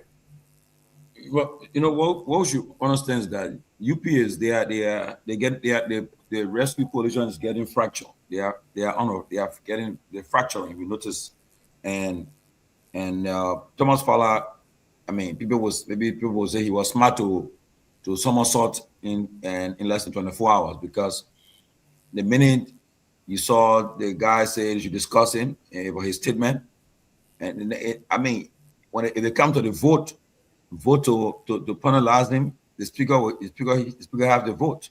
So he has the vote. So you don't think you want to go that route. So he immediately said, but again, I was telling you guys earlier, even though he apologized, he retracted his comment, but it's already gone. There's no way Richard Kun would see him as the same person. Richard Kun now sees him from a distance. He sees him differently. So if they were ever cool before, no, they're not going to be cool. Right now, there's a rift in the ruling establishment. It's no secret that Thomas Fala is an ally of the vice president, and the ranks and file of the UP, the regional, the UP stalwarts. They're not happy. They are not happy with the VP in a sense that I don't think they want to see him as central to the presidency at all. And you've seen the split. What's happening right now, and because of that, Thomas Fala said a lot of stuff, and then also he threw a jab at those who he sees as who are resisting the VP. Like he threw a jab at some ministers, and we all know you're talking to Garguah and others. And he said if they want to run for position, they should wait, they should resign and focus on it instead of start to show that their true colors already. So it's a fight that's coming, and you're gonna see it. It will get nasty. It will get. If I were Thomas Fala now, he will put together a very effective PR team to help him. If you notice right now, the vice president go on Facebook. You see, I think his cyber team they are active, and they are already attacking people who are attacking him. They are doing all the work now. They already started, and then Fala he needs a team like that or he needs to go on other platforms to clarify his statement. Either he double down or make some clarification, but. The fight is on. I can tell you this. And Richard Kun will not see him as the same person he saw him once. That he might deputy. No, I know this guy he won his job. This guy, he didn't see me as a real speaker. He has something about me. So that fight is on. And he can say sorry, all he wants to say sorry, but they're holding it against him. And I can tell you, the House of Representatives, his lawyer forces are there. And the speaker has one of the lawyer forces. They are divided now. And the president, honestly, you think the president really know everything? No, that woman is just taking it every day at a time, because right now, even the job he's doing right now, the drawing rings around the woman already. Drawing rings around him. Most of the things are happening. Imagine for the fact that a major issue like a drug bust, the president couldn't face the nation. You got to record a speech and give it to him, and to read and through a recorded speech. I mean, he's not really in control of things. But as I will tell you guys, at the end, before the election, there'll be a lot of issues happening. There'll be a lot of cross-carpeting. There'll be a lot of fights. People will cross-carpet. People will fight. And don't forget, the gathering in Grand G there last weekend. I mean, go on Facebook. You see all the UP stalwarts attacking that gathering for the fact that, in fact, and where I notice is that they are focused on Cummings and we are the two people they're really attacking. I don't know what the fears about. And then I think the former education minister wrote some piece and trying to, I think, put together a coming we are ticket. And I saw my friend Baga Jaliba firing back. They're firing at. So look, it's a whole split happening right now. The fight is on. And if the union establishment don't do the homework well, they're going to have more fractures. More fractures will take place, and like that. Fala have nothing to lose. Fala he has his own wealth, his own money. He will do what he got to do, but he got to be mindful that he know that he have enemies. He got enemies within that caucus the in. So there's no real love there. He aligned with the vice president, and the other guys know that. So that's the fight is on. You're gonna see it. Koga was on today in Nima. All the stations in Nima carry Koga. Koga was firing back, going after. So his daughter also jumped to fire back too. Koga's daughter. So the fight is on. It will get nasty, and just watch it. Yeah, popcorn ready. Let me ask you this, right? Yeah. As you're lending, and I think you're alluding to some of the things that UP is not press shy, media shy. We know that. Okun is not media shy. Does it not? Isn't it kind of weird that the UP has said nothing about all of what Fala is saying and doing, either on Facebook or anywhere? Because not even the Queen himself, who has been directly attacked. Not even Gafwan, who has been directly attacked. But if you notice, Kun surrogates are fighting back. Go on Facebook. Even my sister, the superintendent, they are jumping in this fray. They are firing back. And Kun came out today and said, "Look, Cotton, thank you for your doctorate degree, but you're not coming doctor until I leave office. I want a title. You're just my name is Jeremiah Kun calling doctor. All this stuff happening. You got to be firing at you too. And so right now, and the president, Boy, not much he can do. Not much he can do. He's not really in control. And the UP, should be worried that you get a almost 85-year-old president and who's not too well. He's not at his best. He's seeking re-election, and they're already fighting. It's going to get worse. It's going to get worse. We should also pray that the president should be able to end his term. If anything should happen, God forbid, the fight will be a bigger fight. So, and I tell you the truth. And what they call him? And Richard Kuhn is not happy. He's not happy with Jeremiah with Fala. I don't care what Fala can say. Richard Kuhn now look at him as a different person. Great, ladies and gentlemen, our family from Freedom FM, we say welcome aboard. We love having you. We are reading your comments. Later on, we'll recognize most of you and open the line by 7:30 to give you time to call in, opine, and make your comments. Let me start with Tifa. Tifa is a fearless way. Jen McBarrow. Yes, let me go to Anthony Stevens. Anthony Stevens, real quick here. The LDEA is on fire for a home raid that happened yesterday, filming a naked woman. It says here the footage has generated widespread outrage and outrage, with citizens, activists, political commentators questioning the conduct of officers entrusted with enforcing the country's drug law. The controversy comes at a time when the agency is already facing intense public scrutiny over what many describe as slow pace of investigation into the seizure of the $20 million worth of cocaine intercepted earlier at the airport. They raided an ordinary person's home, stripping the woman naked and filming it, and this video has gone viral. And the country, the people, and the whole world is ripe for scrutinizing these folks. Anthony, what are you saying? What are you hearing? Give me the pulse of the country on this particular case. Like you said, the DA, the LD is on serious scrutiny as it relates to this beginning over the $19 million drugs case that is still hanging in the balance. And, people trying to reference some of the local, quote unquote, local drug case that they flag issue with on social media. But again, coming to this woman issue, it was on yesterday that her photo went viral on the social media. About her being stripped naked while in fact the guys went to get on arrest in this community. But again, this is what the DA had to say via a release. The issue, I think, on yesterday or so. They are calling for immediate investigation into the video that's circulating viral on social media concerning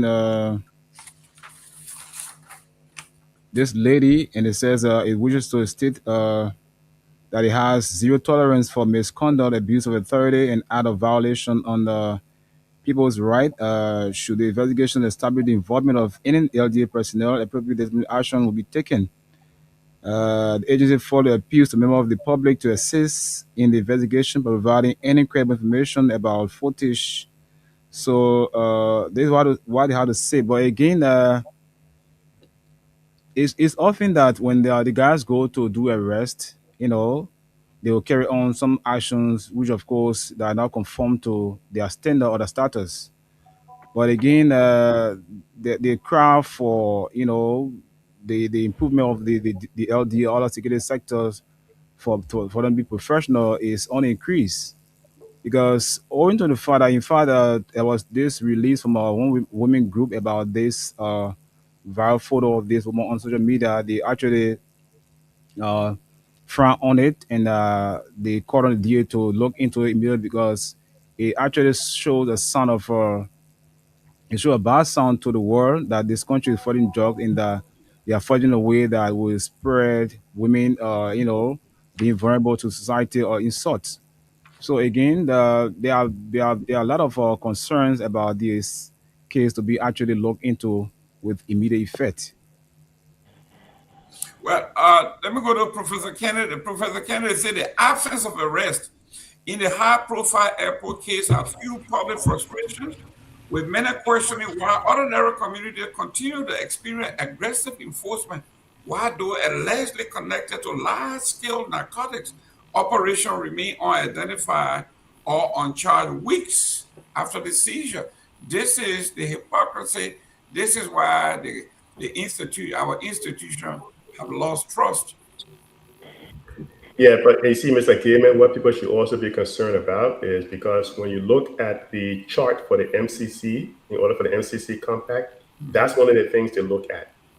That's one of the things to look at.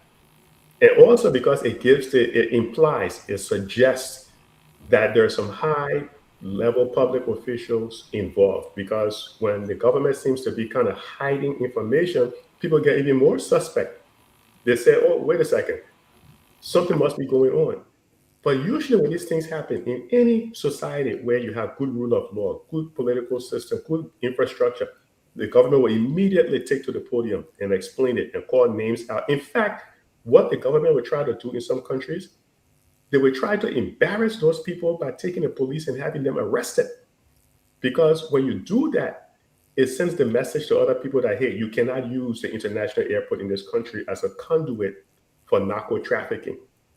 But when you go and you start hiding, or you saying you have information and you don't want to share it at the moment, it gives the wrong impression. And this is what you see. You cannot have foreign direct investments coming to Liberia when your country is being cited for narco trafficking. It just don't happen, because drug traffickers are also using Liberia as a conduit for money laundering. And those are the main things. Anyone who works in the banking sector over in the US or any developed countries, they will tell you money laundering in West Africa is a major problem. And this is why some of the major banks, I'm sure Mr. Gayman, you remember at one time you had some major international banks in Liberia, like the Chase Manhattan Bank. Most of the major banks then do not go and establish in Liberia again, because Liberia is seen as a money laundering hub. And when you have your international airport being used as such, you need to step up to the plate and do something, man. You need to step up and do something. And one thing I want to touch on that woman being embarrassed like that, police officers, when you do your job at a level that shows respect for the people you there to serve and protect, you will get the same in return. But when you start embarrassing people, and this is why I know, Mr. Gayman, I'm going to hit you and your political party hard on this one right now, because this is why E. Jean Carroll won $83 million judgment against President Trump. Because when she went after him and he started attacking her in public, she sued and she won her $83 million, and he challenged it, and the Court of Appeal said, sorry, buddy, you're out of luck. That's what happens in a society where you have the rule of law. But can you see, maybe Mr. Pewee, you guys, what's the African American lawyer that when you have police abuse, he's always the first to show up? Crump? Benjamin Crump. Crump. This is what Johnny Cochran used to do, and Crump now does it. If you had like a Crump type lawyer in Liberia, the police going to be sued left and right. I'm telling you right now, because there's a whole lot of nonsense they're doing. And even the late, what's her name, Sam Jackson's late wife, how quickly people were able to take photos of that woman and put it on social media, it was just astonishing. It was just astonishing. And people are not held accountable for this nonsense, so it tends to continue. But I'm telling you, man, you cannot develop a country without the rule of law. You cannot develop a country if you don't invest in the people. For the people, by the people. You don't invest in the people. But when you have a small segment, less than 1% of the population controlling the entire wealth, which is the legislators, that's why everybody wants to go to become a legislator in Liberia. You don't have people talking about investments. You don't have people talking about education, the private sector.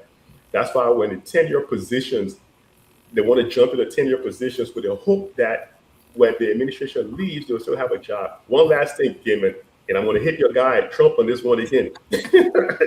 You're on my radar right now. Remember? So the recent ruling by the U.S. Supreme Court that says President Trump has the authority to fire anyone that he wanted to fire, except he couldn't fire that lady who sat on the board for the Federal Reserve Bank. Remember that? He tried to say she was involved in some mortgage fraud. Yes. And he tried to get rid of her. He couldn't get rid of her. The reason I mentioned that is, the Supreme Court said, because the central bank or the Federal Reserve Bank controls interest rate and has an impact on the entire society, you cannot have a president tampering with that. But we saw President Boycott, despite the 1999 CBL Act, we saw President Boycott go and relieve the central bank governor, Tarlu, which should not have ever happened. This is why we have all of these issues. The rule of law is not being followed. It's not being adhered to. No one is paying attention to it because there are no consequences. So, my man, I'll turn it back over to you, man. It's Liberia. That's where we find ourselves. Larry, didn't they make that conditional that he has the power to fire, but with cause, I believe? Say it again. The firing that the rights that were granted to the president today to fire, except for Lisa Cook. But I thought that was also conditional, his capacity to fire. I think they said with cause, I believe. For cause. For cause?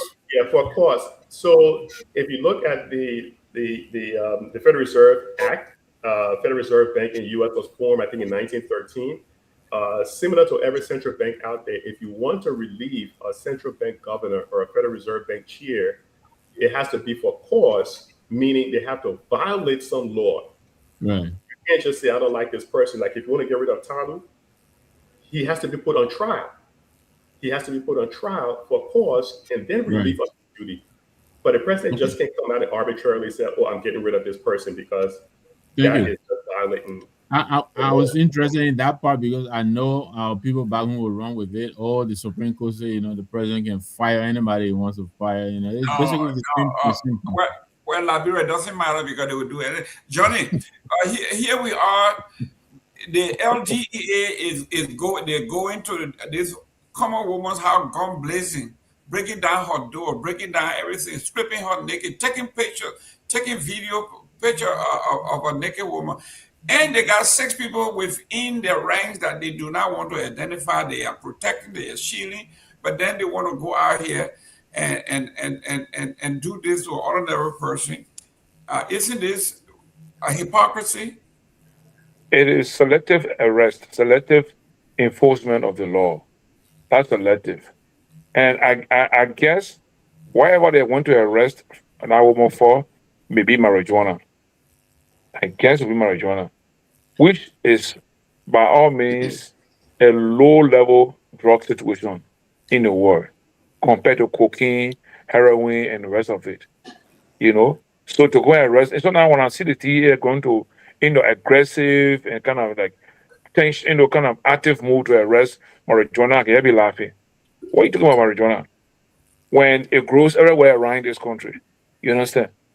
When you see a high level international concern drug, cocaine, it didn't show any kind of aggressive action to prove that the state is ready to curtail drug, to the extent that you discover or arrested a good quantity of cocaine prepared to be exported out of the country. Up to this time, we cannot even identify where cocaine was processed. If we have a factory here that is processing or producing cocaine, nobody has heard about it. How it got to the airport, nobody knows. Who shipped it, whatever, nothing. But our poor Liberian woman. But look, Mr. Gayman, look in the legislature. The guy from LTM also, the guy that doing the traffic management team, the guy went to legislature in the chambers and behaved aggressive, behaved rude there. Did he? take any action to say the guy will be here for contempt of court, contempt of the legislature. If there had been any Liberian person, that person would have gone to jail for a month or a week or whatever time. It would have been a big news. You kept telling the legislature you can rule. But this man, when the Lebanese man, whoever went in that place at the rule, he even physically fought or challenged the Sergeant arm. Yeah. What happened there? Nothing happened in that place. So only the people like, I don't know why our own government prefer to treat us. The other people that when we do wrong, the way they can run on us to treat us. I mean, they can be showing all their security tactics, security techniques on the poor Liberian people. But when it comes to the thing that matters most, that affect the very poor people, then they take it easy. They say, oh yeah, we got 6 persons, we don't calling their name, we got this. What is difficult in knowing shipment of goods? What's difficult in that? Or you travel every day from place to place. When your goods are tagged at the airport, when you get to baggage claim, you get your tag on your passport, you identify your goods. If you can't find it, you got people in the baggage claim even that can help you to identify your item. So what is so difficult to know that the consignment of cocaine left from somebody's house or somebody's warehouse or somewhere and got to the airport and somebody had processed it, it was tagged to be transported. What is difficult? When I pull more that they got tipped off that she was doing some illegal contraband into activity. Yes, I get it, how more 5 pickups there today. 5 or more pickups to go and arrest that poor woman.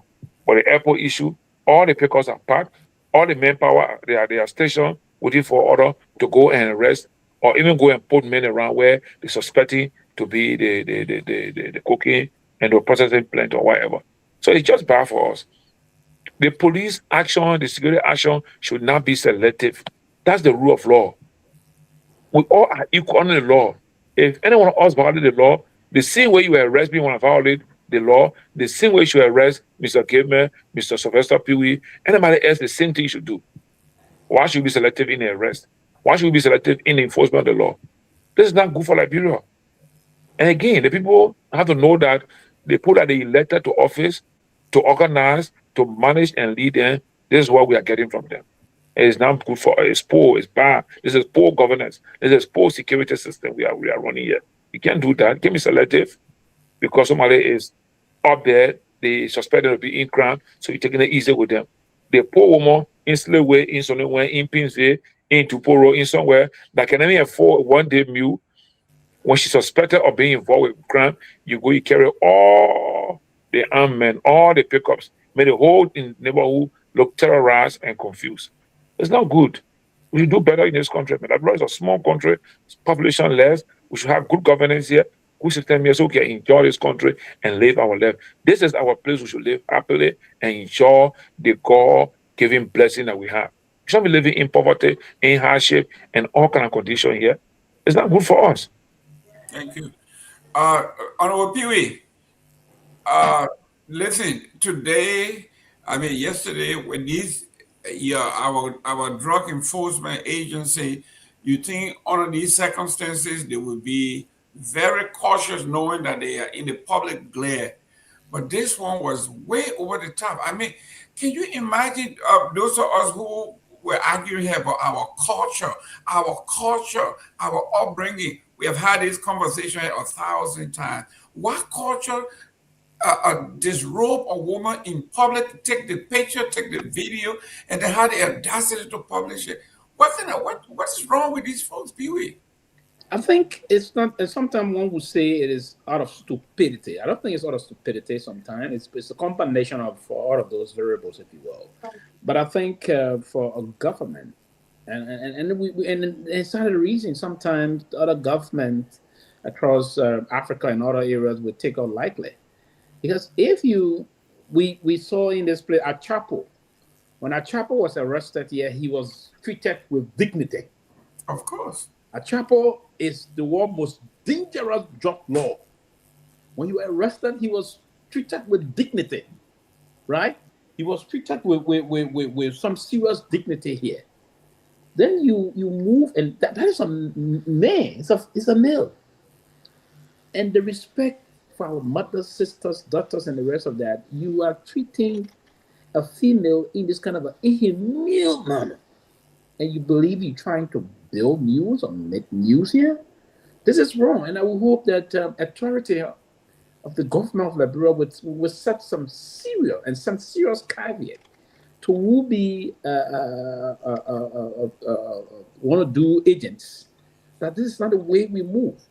There have to be a clear-cut regimentation in terms of the rule of engagement. Whenever the LDE is applying operational responsibility, we understand it's your fiduciary responsibility to save the country from these things, but we have to apply that. Now, that woman, basically, allegedly, that have been alleged to have involved in whatsoever thing, is presumed innocent until proven otherwise, Mr. Gayman. So why will you be treating someone that is presumed innocent or otherwise in the way that the person is already guilty? We cannot treat a guilty person in an autocratic society that way. Now, Russia, the late Myean that died, he was never stripped naked. And these are autocratic nations. The autocratic nation wouldn't indulge into those kind of inhuman treatment of their own citizens in terms of committing the harshest of all crime. Least to say, you are treating a female that could be your mother, your wife, your sister-in-law, your aunt, or your daughter. I don't know her age range. I mean, the age, right? So to treat her that way is completely despicable and quite unfortunate on the serious note. And we need to stop this kind of a thing. Great. Before I go to Peabody, let me give Anthony Stevens a few seconds to identify his station, say hi to your folks, welcome them on his show.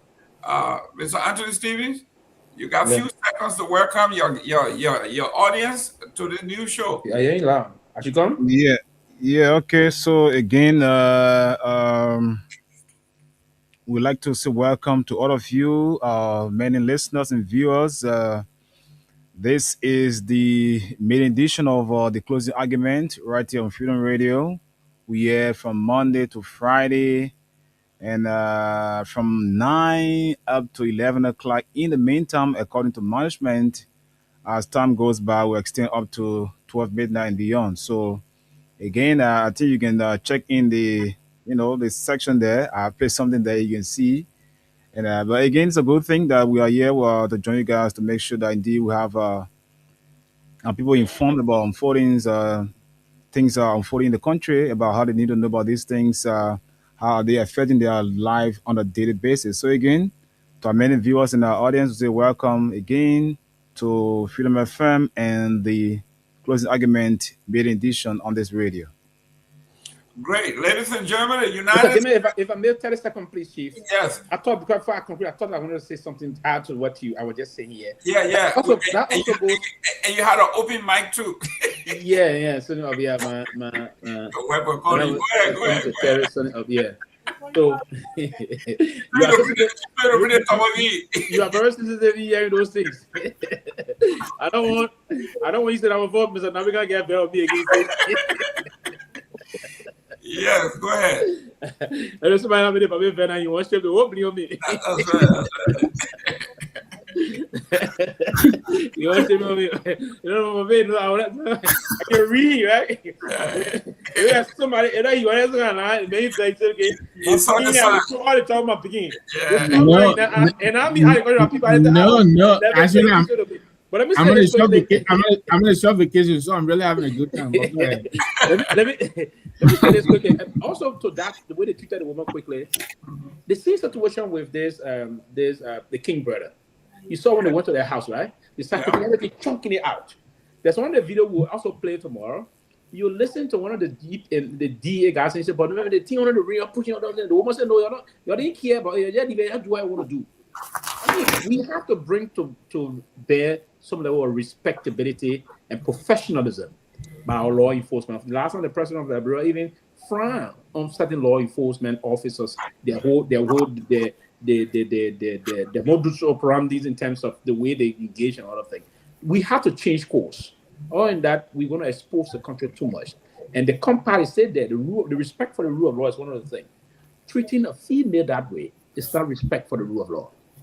I just thought Pewee, not just with me, and not your female, but treating your citizen, treating your citizen. Yes, yeah. Everybody. But let me go to I want to piggyback to Nora Nora wrote something here. She from the video, the lady was in her house naked. She came to the door with up clothes. We did not see the law enforcement officer taking off her clothes and stuff like that. Even That's when not the lady, even if the lady came out without clothes, I think the officer should at least Of course. tell her to go back in and put on her Put clothes. your clothes on. They say, well, how do you go and get dressed? That's what they would do. You know, I think of, you know how we have this rough, ruthless officer in our country. When something happened, we are not professional about arresting the people. We go more of a violence to beat them, attacking them right away. You know, when we should be providing security, even if the person is a suspect, we don't treat them as a suspect. We go in there and treat them as they already guilty. You know, and we start beating them, holding them, kicking them, pushing them all over.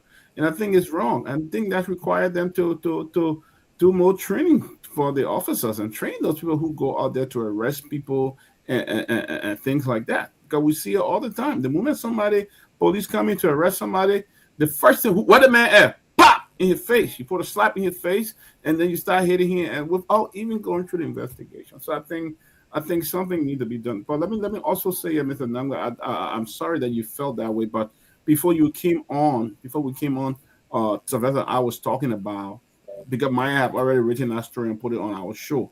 And I'm glad that you were able to just put the source in there, because one of the things we're discussing was Maya did not put any source there. Where did he get the story and stuff like that? So we're worried about it, because in the past they have been done before. Our page have been blocked and stuff like that. So that's why. But I mean, if you felt that way, I'm very sorry. We're not trying to fact check you. Listen. Thank you, Dr. Peabody. And if I had any other feelings about it, I've already put it on the table. That's just how I am. Jerome will tell you, and people who know me. So I understand, and I thank you for the feedback. I just feel, when we come on here, we interrupted you when we were talking. So thank you very much. That was wrong. I mean, thank and you. Stuff like that. Thank but I you. mean, to give it back to you, I think it was not. It was wrong. The police was wrong. But I hope we can take advantage of some calls on freedom and truth before the guys then leave. They leave at 11:30. I don't know what time. Yes, I think we should. But if I may get 5 seconds, Jerome, to Dr. Peabody's point, right? First of all, I need to know who took that video. Because that is question. I saw the woman complaining, and yes, the DEA should have really pulled back and given that woman her decency. Yeah, honestly. But it's all about community policing. And you use the word beat down, use brute force for our people. That's policing, but that is not policing, because yes, you have to enforce the law, but you have to also be humanistic. You go to, we have a $20 million drug budget. That's not how they went to Peter King's house. You understand me? So I know it's not my turn, so I will wait. But I just wanted to quickly tag on that. By now, I expect the people to be suspended or fired from the DEA for that. But I haven't heard anything from the government yet. Well, ladies and gentlemen, we got 14 minutes. At 7:30, we are going to open the line to welcome our friends from Freedom Radio and everybody else from around the country. We'll be recognizing as many of you as we can. Please let us know where you are tuning in from, so we can say hi to your neighborhood. But yes, this is concerning when we have there's six bigger fish. Well, Mr. Gayman, can I interrupt you, please? Please go ahead.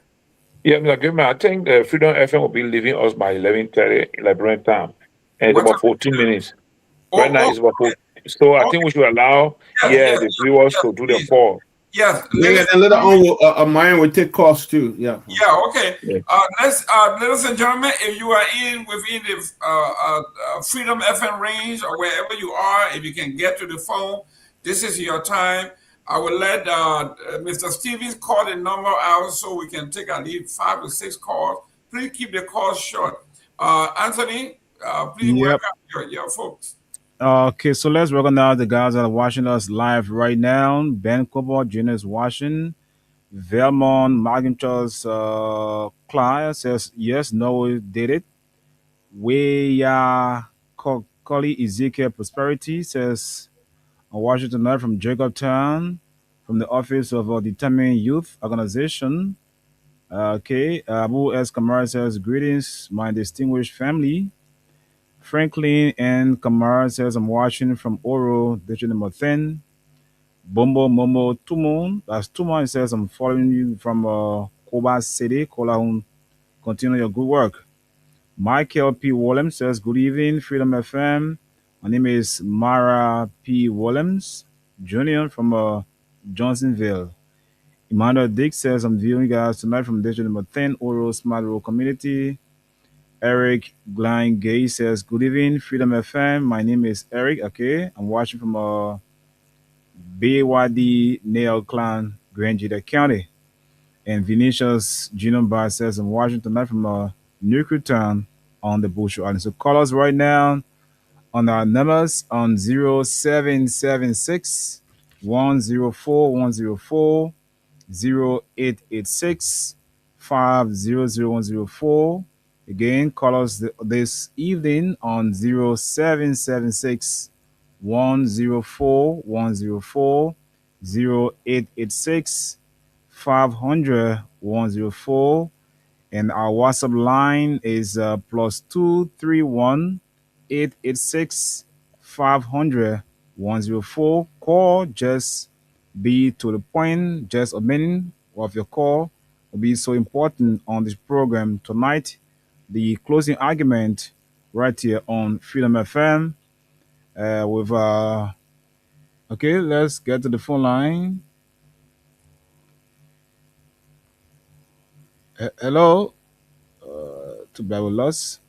Call us on our numbers 0776. Okay, let's get here. Hello,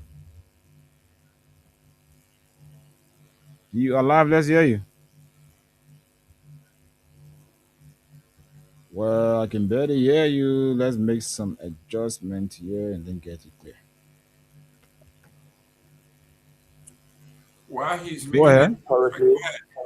Hello? Yes, go ahead. You live now. It's okay. Go ahead. Yeah, I said, okay, asking authority, they don't respect the Liberian people. What's your name first? My name is Mr. Giwa, calling from Liberia Highway. Okay, go ahead. Let's hear you. Just a minute, please. Yeah, actually, that's very part of the story, but for what I just heard for the radio, that you guys are putting stuff. Why they did not go and disgrace the guy who got who escorted about 19,000 trucks in the country? 19 million. They got pictures, they got murder, they got empty. And they go here and disgrace that woman, and about the old man will put into the. We sit down and listen to that. I'm sorry for the war sitting down anyway because he's from legal. Okay. But they hear these things over radio and they are not responding to these things. We expect somebody to be a still for that TVA. Okay. Thank you. That was right there. Hello. Hello. Yes. Good evening. Let's hear you live tonight on the closing argument on Freedom FM. Yeah, I'm Timothy Joseph calling you from the Shara community, Myean Junction. Let's hear you. Go ahead quickly. Be snappy. So honestly, we want to say thank you for the topic on the discussion. But for the issue of this judge, I mean, we really don't know what Liberia is standing into, because if today we can arrest a huge amount of judges today in our country and nobody can come out to tell us the main owner of this judge, then we don't know what we're heading to. So we believe that if this was done just by a common man, by now we're seeing them over screen, or now they already stand themselves. So thank you so much. We keep pushing out till we see how best we can get the solution to this problem. Okay. Thank you. 0776 104 104 0886 500 104. Hello. Yes, good evening. Let's hear you live on the radio. Yeah, thank you, sir. I'm Kamara, calling from the Oro. Go ahead, let's hear you. Yeah, this is just issue, but it have not been today. Neither it will end today. But the problem for me I have with the government is that whenever judges happen in any area, we will talk and talk and talk. We can get it here in the peace. We don't even know who will trust and nothing at the time. But what I noticed is that among themselves, they know who get the trust. So they will not come out to expose the person. They will keep it at the citizens are not informed on trust. So even the DA personnel then who saying they arresting drugs, is that all went into the D. How can drugs leave when another able to come to Labro or the Labro and trust enforcement and knowing who get the trust? It's a collaboration team, brother. They are aware of that. Okay. They know. That's your point. You're a legend, though. Hello? Yeah, Stevie, how you doing, my son? Yes, let's hear you. Go ahead, man, Sisi. Thank you. Let me say after the talking in the dance for this is my Sisi, my son, Stevie.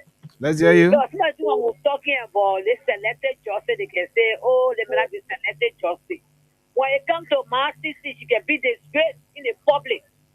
They made about 2.19 million drugs. Where is that man? Why is that guy? They man in the country. Say they making, we don't hear anything about them. The man told you, yes, they're talking from my house. They went to the airport. But the government is telling us that we should get a chance.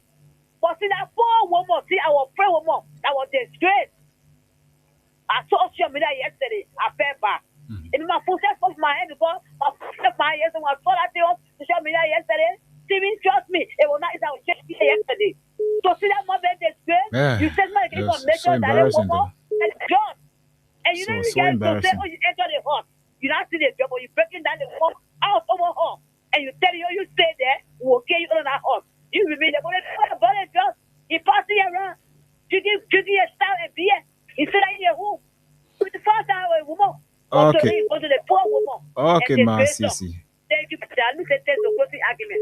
You're welcome. You know, sometimes some of these things happen when the guys will use, content creators as their cameramen. And some of the guys use things for their blogs on social media. Anyway, we hope that what is about to be investigated will yield a very fruitful result so that those involved can bear the full weight of the law, because you know what it means to disgrace somebody's mother in that kind of public domain. Hello? Good evening. Yes, how are you? You're live. Let's hear you quickly. We don't have the luxury of time. Thank you. My name is Ariba Duga. Oh, I didn't cut you off. Sorry.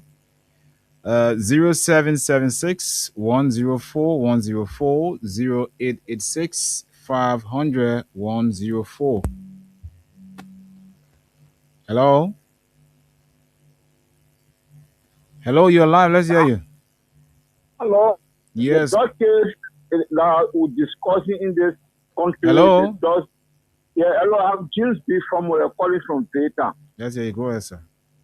In Buffalo County. The issue is that the DA made the wrong by taking the woman photo. If he took the woman photo and put it on the net, it's bad. But the arresting person can't come outside, then you let the person go inside to dress. No, it's against the security ethics. You say that again? Okay. I said the person who you come and arrest, they can't come outside whether they legal. The plain clothes, you can't go by again. It's against the security ethics. So if the person is just in an honor where you allow them go, perhaps they are, no shirt on them, you just let them go like that or something? No, like that? you can't let them come back in the house again. Wow. Are you a security man? For them, put it on a that could be a security problem too, because if you let somebody go back in, you know what they're going to get. Thanks for calling. 0776 104 104 0886 500 104 are the numbers you can call us on this evening. You'll be live on the closing argument right here on Freedom Radio 87.9 and our online platform as well. So call us. We don't have much time in our field from this end. All right. Hello. Hello, you live? Let's hear you. Oh, person slipped off. I didn't cut you off. 0776 104 104. Hello? I think you got like what, 3 more minutes, right? Hello? Yes, hello, can you hear me? Yes, you are okay. Let's hear you. Go ahead. My name is William Howard, and I call from the AFC community. Go ahead, Bill. Well, firstly, what from what I understand is that the officers who went there was something premeditated, because the fact remains that when the lady was at the entrance of her room, and then there was a exchange of words between the girl in the uniform and that of the officers. And then later she went in. One of the officers who had a hairband on his head, he entered in the room, recording her, and then she intended taking something to cover her body. And then he made a statement in the background saying that, "And you want disgrace, I'm going to record you and post it." If you listen to the recording, Kenny, you're going to hear him making that statement. "I'm going to record you and post it. I will disgrace you. I will post it." You can see him. There was, I think, like 2 or 3 persons was doing recording. And then when he entered in the room with the lady as well, officers was very unprofessional. They were very irresponsible, and they were very, very wrong to have done such. Even if they recorded her, it could have served as evidence privately for investigation, that probably maybe she undressed herself while they went to execute their duty. They will be or enclosed, but not where they will take that particular recording and post it on social media. That is very irresponsible, and that's not what we want our security side in this country. So I think those officers, this search needs to be penalized and has to go for investigation. Thank you. Okay, thanks for calling. Thank you. We are run out of time. Mr. The 2 more calls, and then Good, we okay. go back to. Hello? Yeah, hello. Yes, good evening. You're live on the closing argument. What is the name? Yeah. What's the name? Go ahead. Go ahead. Yeah, I'm getting calling from Chili's factory. Go ahead. Okay. The drugs that you're discussing. How many people ever reported drugs to you? If you can't give you the drug, when they arrested the ticket, then there is something the people children. So they sell out, they put up beginning on and where about the drugs. So that all me I get to see. Okay. Thank you. Wow. Hello? Yeah. Yes, you're the last caller from my end. From Lagon. Go ahead from Nuclear Town there on the Bushel Island. Let's hear you. Thank you very much. Brother, this country where we live, I can't understand you.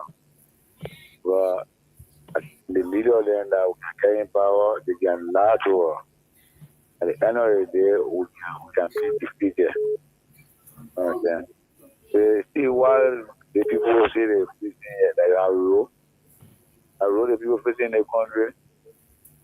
Why they face from how they call it there?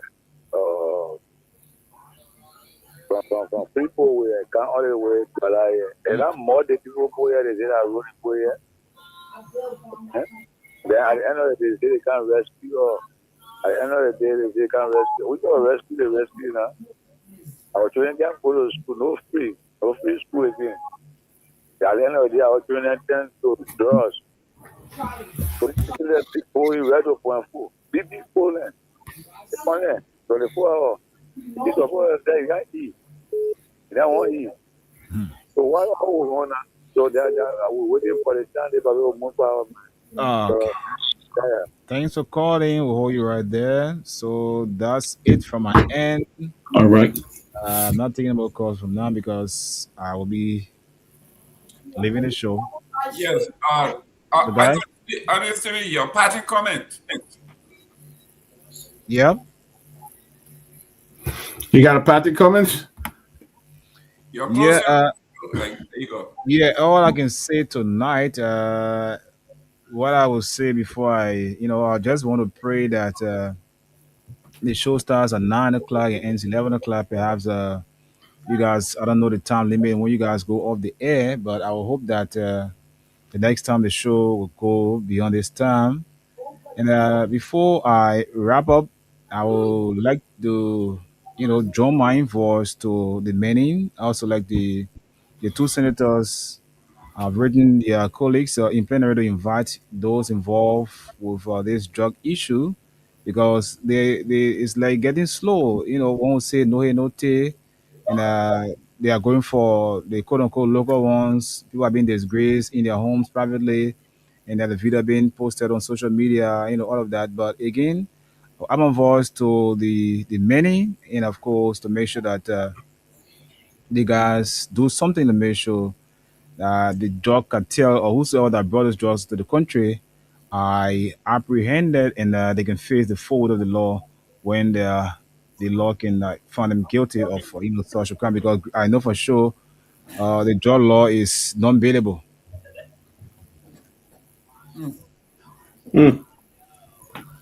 Thank you. Well, buddy, thank you. We'll see you tomorrow, sir. Thank you. We'll see you tomorrow. Time. Hopefully, I'll be here tomorrow, and if not, you will hear another voice. But we hope to be here tomorrow, by God's grace. Thank you, buddy. Thank you very much. Thank you. We appreciate you guys. Okay, sir. Okay, now you can turn off.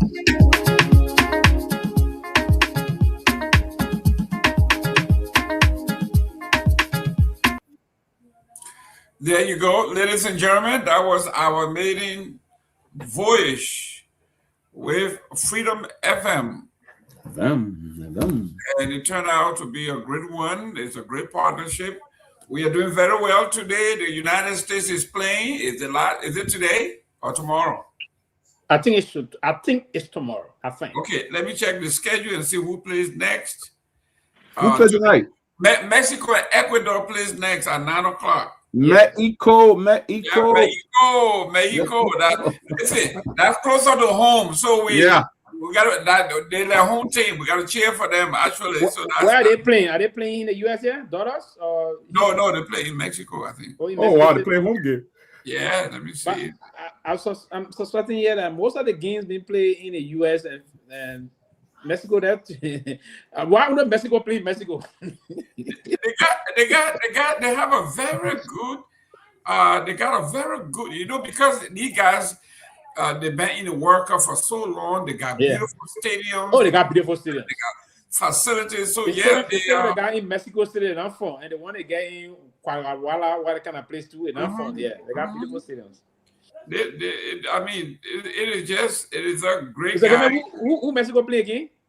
Ecuador. Oh, that will be a fun game. Yeah, the two Spanish countries, they are rivals, so it would be great. But guys, listen, this is what we are talking about. When you spend your country's money on your infrastructure, on civilization, Liberia being the oldest republic in Liberia on the continent, there should be no reason why we shouldn't be the flag bearers to say the ECOWAS countries should host the World Cup. We should be able to say that. But as the oldest country, the oldest independent Black nation in Africa and second on earth, we are still talking about basic police procedure. We are still talking about we don't have running water. We don't even have the old people from upriver will say you don't even have a pot to piss in. So how do we project ourselves on this international platform to say this is who we are? Morocco, from what I understand, they will be hosting one of the hosting countries in 2030? Yeah, 2030. Yeah, the next World Cup. Yeah, it will be Morocco, I think Portugal, all the countries within that area. Yeah, Morocco, Portugal, and Spain. Okay, why not Nigeria, Ghana, and maybe Liberia? The closest we get over there would be Senegal. They hosted the African Cup. They got a great stadium there that was built by Turkey. The Ivory Coast, and obviously Ghana got some great facilities. So right within that area, Ivory Coast, Ghana, maybe not Nigeria, but yes, and the Nigerians can do it because they have the wherewithal, they have the knowledge, they have the finances, they have everything, so they can do it. But this is where the people in North Africa, we complain about them because they are racist. They are not good for us. In fact, they don't consider themselves part of the global South. So here we are. They have the right to host the World Cup because they got great facilities. You saw the African Cup of Nations. You saw the final play. You saw that stadium. You saw the different stadiums around the country. And when the FIFA is coming, they put billions. That helps even with your infrastructure development. You see? So if we want to be serious, we want to be considered for these things, we have, look, I was at the State Department the other day and they were talking about positions in Liberia for American citizens.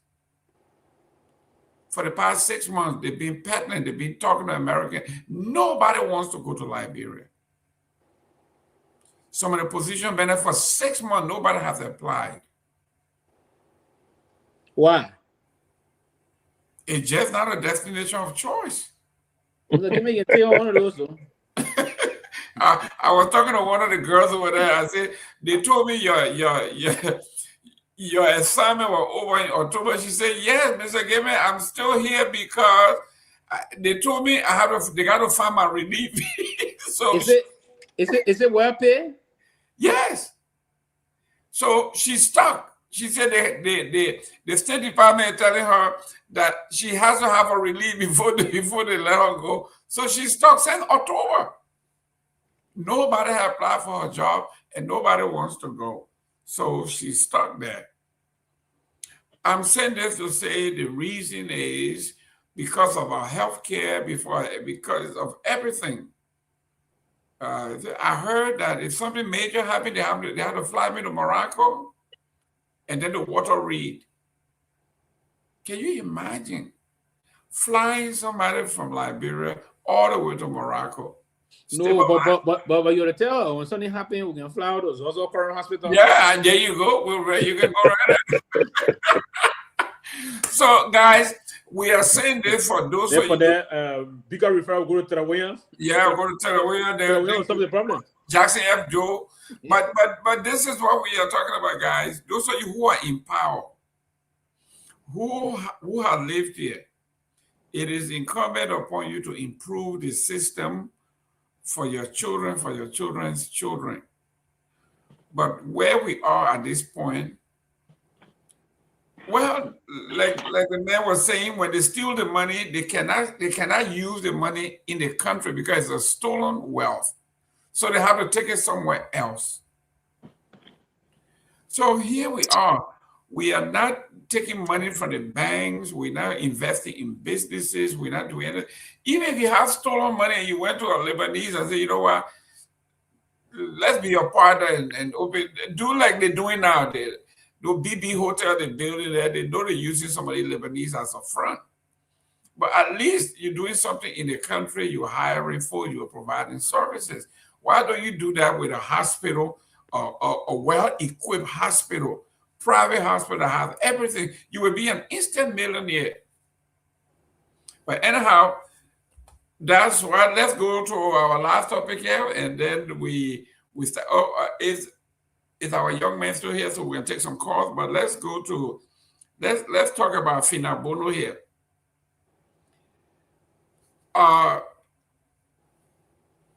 Pewee, there you go.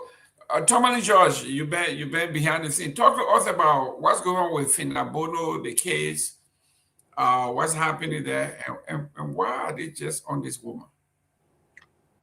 Well, I think the state is trying to question her bond, her parents' bond. And I think tomorrow is supposed to be going to court, and I think to determine the bond, to see whether the bond is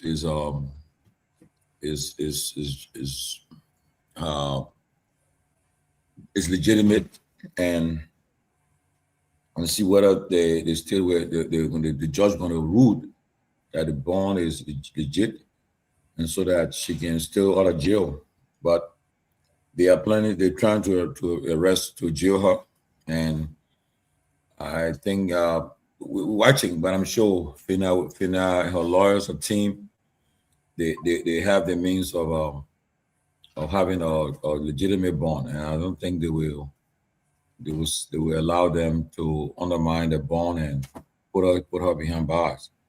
I'm very confident about that. I believe that, right now, every time they go to court, they still try to, as you're aware, they're trying to just see the former CDC officials in handcuffs and behind bars. Then that's the whole goal. But again, I don't think Fina and her team will allow that to happen. I'm sure they are prepared, and whatever this prosecution that the state is requesting about a bond, I'm sure they will be able to justify it and keep her out of jail. So we'll see what happens tomorrow. All right, let me go to Pewee. Pewee, this like we say now that this government is under such scrutiny now, we are now going to see this distraction. You remember in the beginning of this term of this administration, they were going after the woman, those little yellow cab.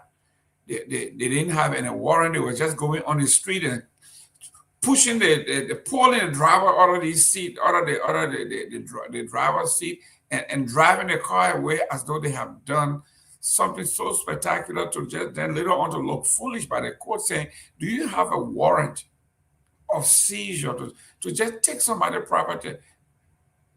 Here we are again. She came into the country. She's not a fugitive. She turned in her passport, I want to believe, all of those things. And here we are.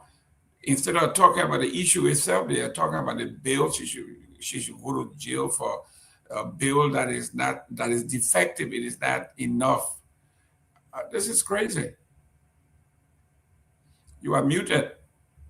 The way we structure the law everywhere in the world, the law is not meant to target people. It's meant to put into place corrective measures as to those that will violate the laws. But we intentionally do it in the way of targeting folks. You all crying around, Fina Bono is a fugitive. She's fleeing from justice. And, the woman said to you, no, I'm not a fugitive. I'm here, I'm willing to come. And part of the reason why I want to believe Madame Bono was afraid to avail herself to the justice system is because she thought the government would have weaponized the justice system against her, and exactly where we are now. And I think she took some time off to look into this, if she'll be given a fair trial, the opportunity to be heard in court, being presumed innocent until proven otherwise. But those that are pushing the charges or pressing the charges are going with the mindset that she's already guilty before. Yeah, listen, I'm not here to defend her or to defend whatsoever thing, but I think the way the government is going about these things is meant that it's miscarriage of justice. She's in the country. Want to help? You didn't talk about this yesterday in terms of the challenge in the bond and this and that. She's not a flat risk now. She's availed herself, her lawyer. There was a criminal bill bond that was signed. If you believe it, it's part of the law also.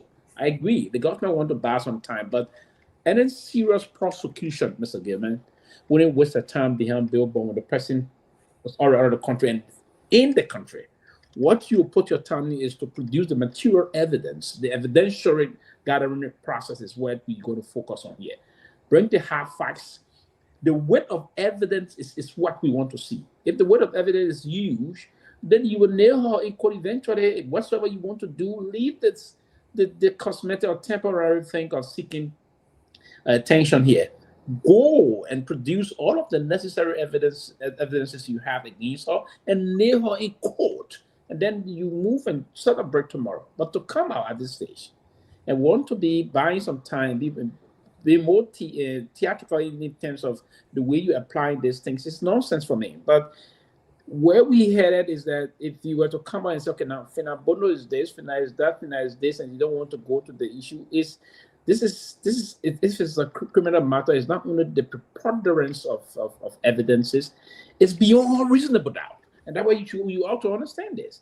So if you want to leave the issue of all reasonable doubt and run behind this bill, this bond is this bond is that, you sat in the country. The judge knew very well the bond, everything will enter into, the judge signed on this before even she made an entry into the country. And then if you try to, I would think that her lawyer should counter this very fearlessly and forcefully, so that they will prove to the prosecution that, hey, we did this, we planned for the bigger picture in court. If I argue on their behalf, is to tell the judge, hey, these folks are not focused on trying to prove the evidence against our client. And their plan is to buy time here and buy time and still walk this prosecution. I mean, this case. And that's the motive. And then by doing that, you want to do things to play in the media realm and then run her guilty in the eyes of the public, in the terms of public opinion and all those things. You know, Liberia, due to the gullibility of the society and the way the country is deeply polarized between probably two major political institutions, everyone believes that if you are on the other side, you're wrong. If you are on the CDC side, you are all wrong, you're guilty. If you're on the United Party, you're the government, and we got to go after them. That's the nonsense it's doing. And this is moving to the extent that the government is losing focus on the real issue. And that's the real issue that's going to take, and as we can say, the breeze that can disgrace the chicken can normally come from the back. And this government is focused more or less on not doing the real thing and focus and trying to go behind Fina Bono that have no fiduciary responsibility of managing any fund of the government of Liberia. You need to come and tell me how Fina will be guilty of anything when she's the chief of protocol of the executive marshal, and the chief of protocol of the executive marshal is not custodian of any government public funding. Now, we have to go back to the PFM law, the public financial management law of the Republic of Liberia, and go more deeper into that to find out, now, is it part of our responsibility to do that? Or did you give certain projects to her to, so the government will have to come and explain to us, why did you take Fina to court? Is it on the basis of money laundering? You have to come and prove that. Is it on the basis of gracious right? You have to come and prove that. Now, and if you cannot prove that beyond all reasonable doubt, not only the preponderance, then you find yourself in problem as prosecution. And prosecutors across the world will take time to do their own background investigation, because if you went to court for indictment, you need to move in a way that you can move and say this prosecution team is prepared. But if you went, and that's the part of the reason of the past case, they went down and now they're trying to do this fishing expedition they are all on now. The two issue now, you didn't win legally, you try to put it aside to say, okay, they were doing temporary. But the real story is that the Solicitor General is temporary with those people by doing background thing, having a romantic relationship allegedly with most of those people. It's on the basis of how even they go about selecting them. I'm told the Solicitor General, his crack team, they will select the CEO kind of line. And this is unfortunate. We should not. The Solicitor General should even submit himself to an internal inquiry to find out if this is true, he should resign immediately. Right? Instead of pushing to say you want to have to in jail, you want to have Fina Bono in jail, because these are two very critically important folks that were associated with the former president. They believe by trying to enable them and disable them, then it's a mark of bullshit, particularly Tue. They believe in the mindset that if you disable Tue, enable him, and then decapitate him politically, you render him useless. It was too hard to be rather useless because he was one of the powerful intellectual forces behind the former president. Then the campaign for 2029 will be significantly perforated, or in other words, weakened, so that they wouldn't have the basis to have a formidable kind of a campaign moving forward to the 2029 election. So this is intentional. Let me go to Mr. Nagbe. Mr. Nagbe, here we are. From the beginning, we had people arresting gracious right. And Pewee touched on, it looks like the administration is feeling jittery.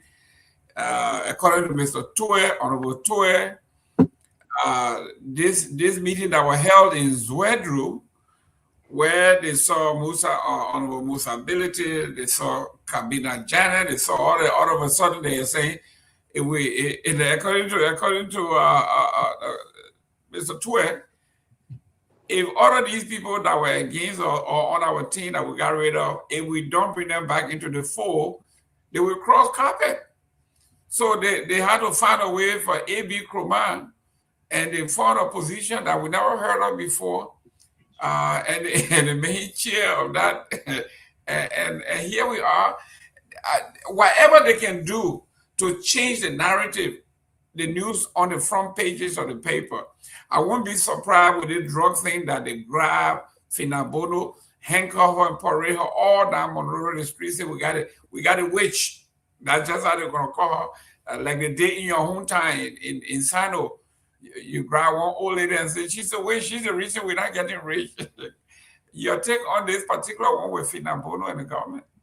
Yeah, I think it's clear the government is looking to change the narrative on the drug situation. You know, they're looking for some of the shiny object to dangle in front of us so that we'll take our eyes off this drug problem. But the point that Sylvester Pewee is making, I think that point alone renders this whole case moot. You know, the woman was already out of the country. You know, I thought she was in country and she was trying to leave, and now you wanted to pose a bond to make sure she doesn't flee. But she voluntarily came back to the country, and then all this hullabaloo about a bond, you know. And so I really don't understand what is happening. I think this government has expended so much capital on these two people, you know, Mrs. Bondo and Mr. Pewee. And they don't seem to be making any progress. I think it's embarrassing them. But this whole trial by, you know, by media and thing, it's not helping them. You know, Mr. Pewee came out, they brought the jury tampering thing. I don't know where that has gone. You know, expended so much resources on that case, $6-something million. This lady, you know, taxi cabs and all of that, the court clearly told them, you know, that they were out of order. And so for us to be talking about, you know, her posting bond and all of that, you know, to make that, you know, news what I don't know if it really is. But they're almost midway into their term. And I can't point to any major conviction, you know, in spite of all of the promises and all the noise that was made.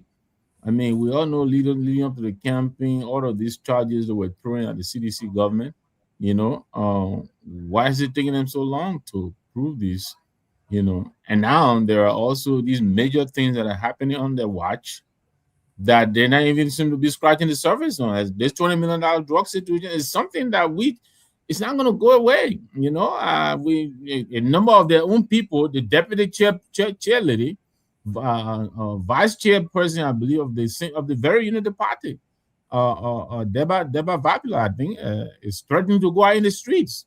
You know, Dylan is on record expressing his own angst over the delay, you know, the snail pace.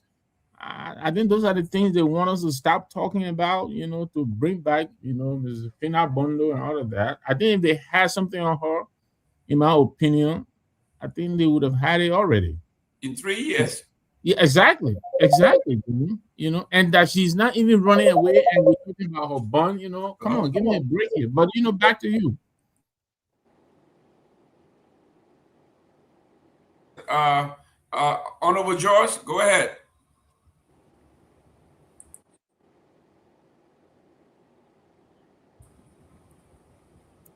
Tomalin, we can't hear you. Oh yeah, but are we done with the FINA issue? If you know what to go ahead. To me, I mean, there's not. I mean, you want to go at the chief, but I want to go to the chief. Let the chief tell me what's on his mind. What is actually on his mind? Oh, what's on my mind? What's on my mind is honestly, And when I say this, people can say we'll stay far, but I'm concerned about the 2029 elections. I'm still worried about it. I'm worried because a few years from now, some of us will be returning home. We'll be leaving this country to go and settle in our country of birth. I mean, 15 years from now? My issue won't get. No, I didn't talk about age. A few years from now, when you be something or 15 years from now. Few years from now, man. Few years from now. I'm almost 70, so yeah.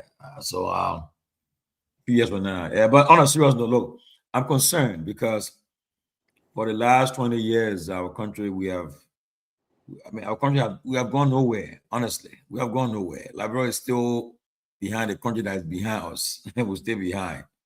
And for me, I ask my UP friends. I mean, I know it is right, but this day and age, why would they be pushing Boyka to run for re-election? I mean, on a serious note, I ask them, there's nobody else in the UP that can run? You got to push the woman to run again? I mean, and if I was in the woman for advising, if I were my pa, Papa, don't even that time I said, look, I asked for one time. I think I played my part. I've been in government for more than 40 years. 40 plus years, I played my part. I've been minister, I've been vice president, I've been managing director. And I'm an eminent statesman. My legacy is there, my place in history is there. Okay? I ran election before, I conceded. I won again, I won. Man, I don't care whatever people say, whether I perform poll or not, the history of Liberia when it's being called. There was a can say Joseph Jenkins, Raul, Stephen, Allen, Benson, my name will be on our list. So, because look, and I mean, for the fact that they're pushing him to run, and it's been confirmed by everybody now. Ministers have told me, the vice president said it recently. He said it that he and Boga on the ticket. And it saddens me because I mean, on a serious note, is there any vision what vision again? Yeah? What vision? Tell me. When last of we say, oh, the president dedicating a factory that opened Liberia today. Look, every time I search the net, I see the opening this plant in this African country. The opening this factory in African company. They are producing this thing to export it. Liberia, we stay where we are. It's so sad, my people. It's sad. You know, that's why I support the new progressive stance. They're about to go after every nook and cranny of our country, and it will keep the people feet at the fire. Opposition and the government, they are ready. They will be fearless, and they're enough for opposition, enough for the government. So I expect to see them more active, and I'm happy we have a platform that we can add our voices to and make sure that we use it the right way. Because Mr. Nagbe, I know when you live in America now, you don't go Liberia work again. You won't go just relax and enjoy your life. Your grandchildren come and see you. So now you come here just for your medical checkup and think and enjoy the country. That when people see you, they say, "How you getting younger? Because eating all this so money and butter pear for the cucumber coming from the garden." Mr. Gayman go Liberia. The embassy will say, "No, sonny, just go enjoy yourself because we ain't about you, man." Oh, and Dopoh. It worries me. I'm telling you the truth. And because right now, I don't know what will happen in 2029. I don't know who will be the front runner, who will be going against who. I don't know yet because our politics can change. I mean, you think that oh yeah, they put and everybody will tell you they're running. And mind you, you'll see 40% running for president again. And like that one guy, I won't call his name because my friend, he in Rhode Island. He's a pastor. He now run 4 times. But guess what? He ran last election. He ran 2017, and he always running. Then he tells me, he said, "My man, bring me on your show because this time around, I'm not joking. If I don't, I will be one of the front runners." Just imagine 45. You don't even talk about the guy. So tell me the guy was front runner. You don't talk about what they said. But he didn't pop up. What do you mean? Reverend Benjamin Faner. That's his name. The guy's a pastor. He's a pastor, you know, and he tells me that he'll be the front runner election again. That's any? No, that's any man. But so I just, and these are problem I got. People there who know, like, if you know you can win, okay? Like just now, like before we came on the show, I'll argue with Pewee because I don't know when the Supreme Court issued a ruling today. I know they said the Chief Justice and Conan Barrett, the two of them sided with the three liberal justices. So I had, but people said no. He said Brett Kavanaugh. 6-3. Yeah, he said Brett Kavanaugh joined them, and until he finally convinced me, because I was like, no, I listened. They said 5-4, but then what I think Brett Kavanaugh did, why it is true that he voted with the majority, he tried to make it look good that the legislature can still, the Congress can still amend the law. Yeah. So that I think I didn't count him, you know. But again, it's good because they imagine. I mean, so that's my problem. So again, I'm worried about our country's future. Very worried. I don't know what happened in the next few years. Well, I tell you this quickly, right, Jerome, Chief, and you were telling me here. Look, I know you said 2029 seems far away, but it really isn't that far.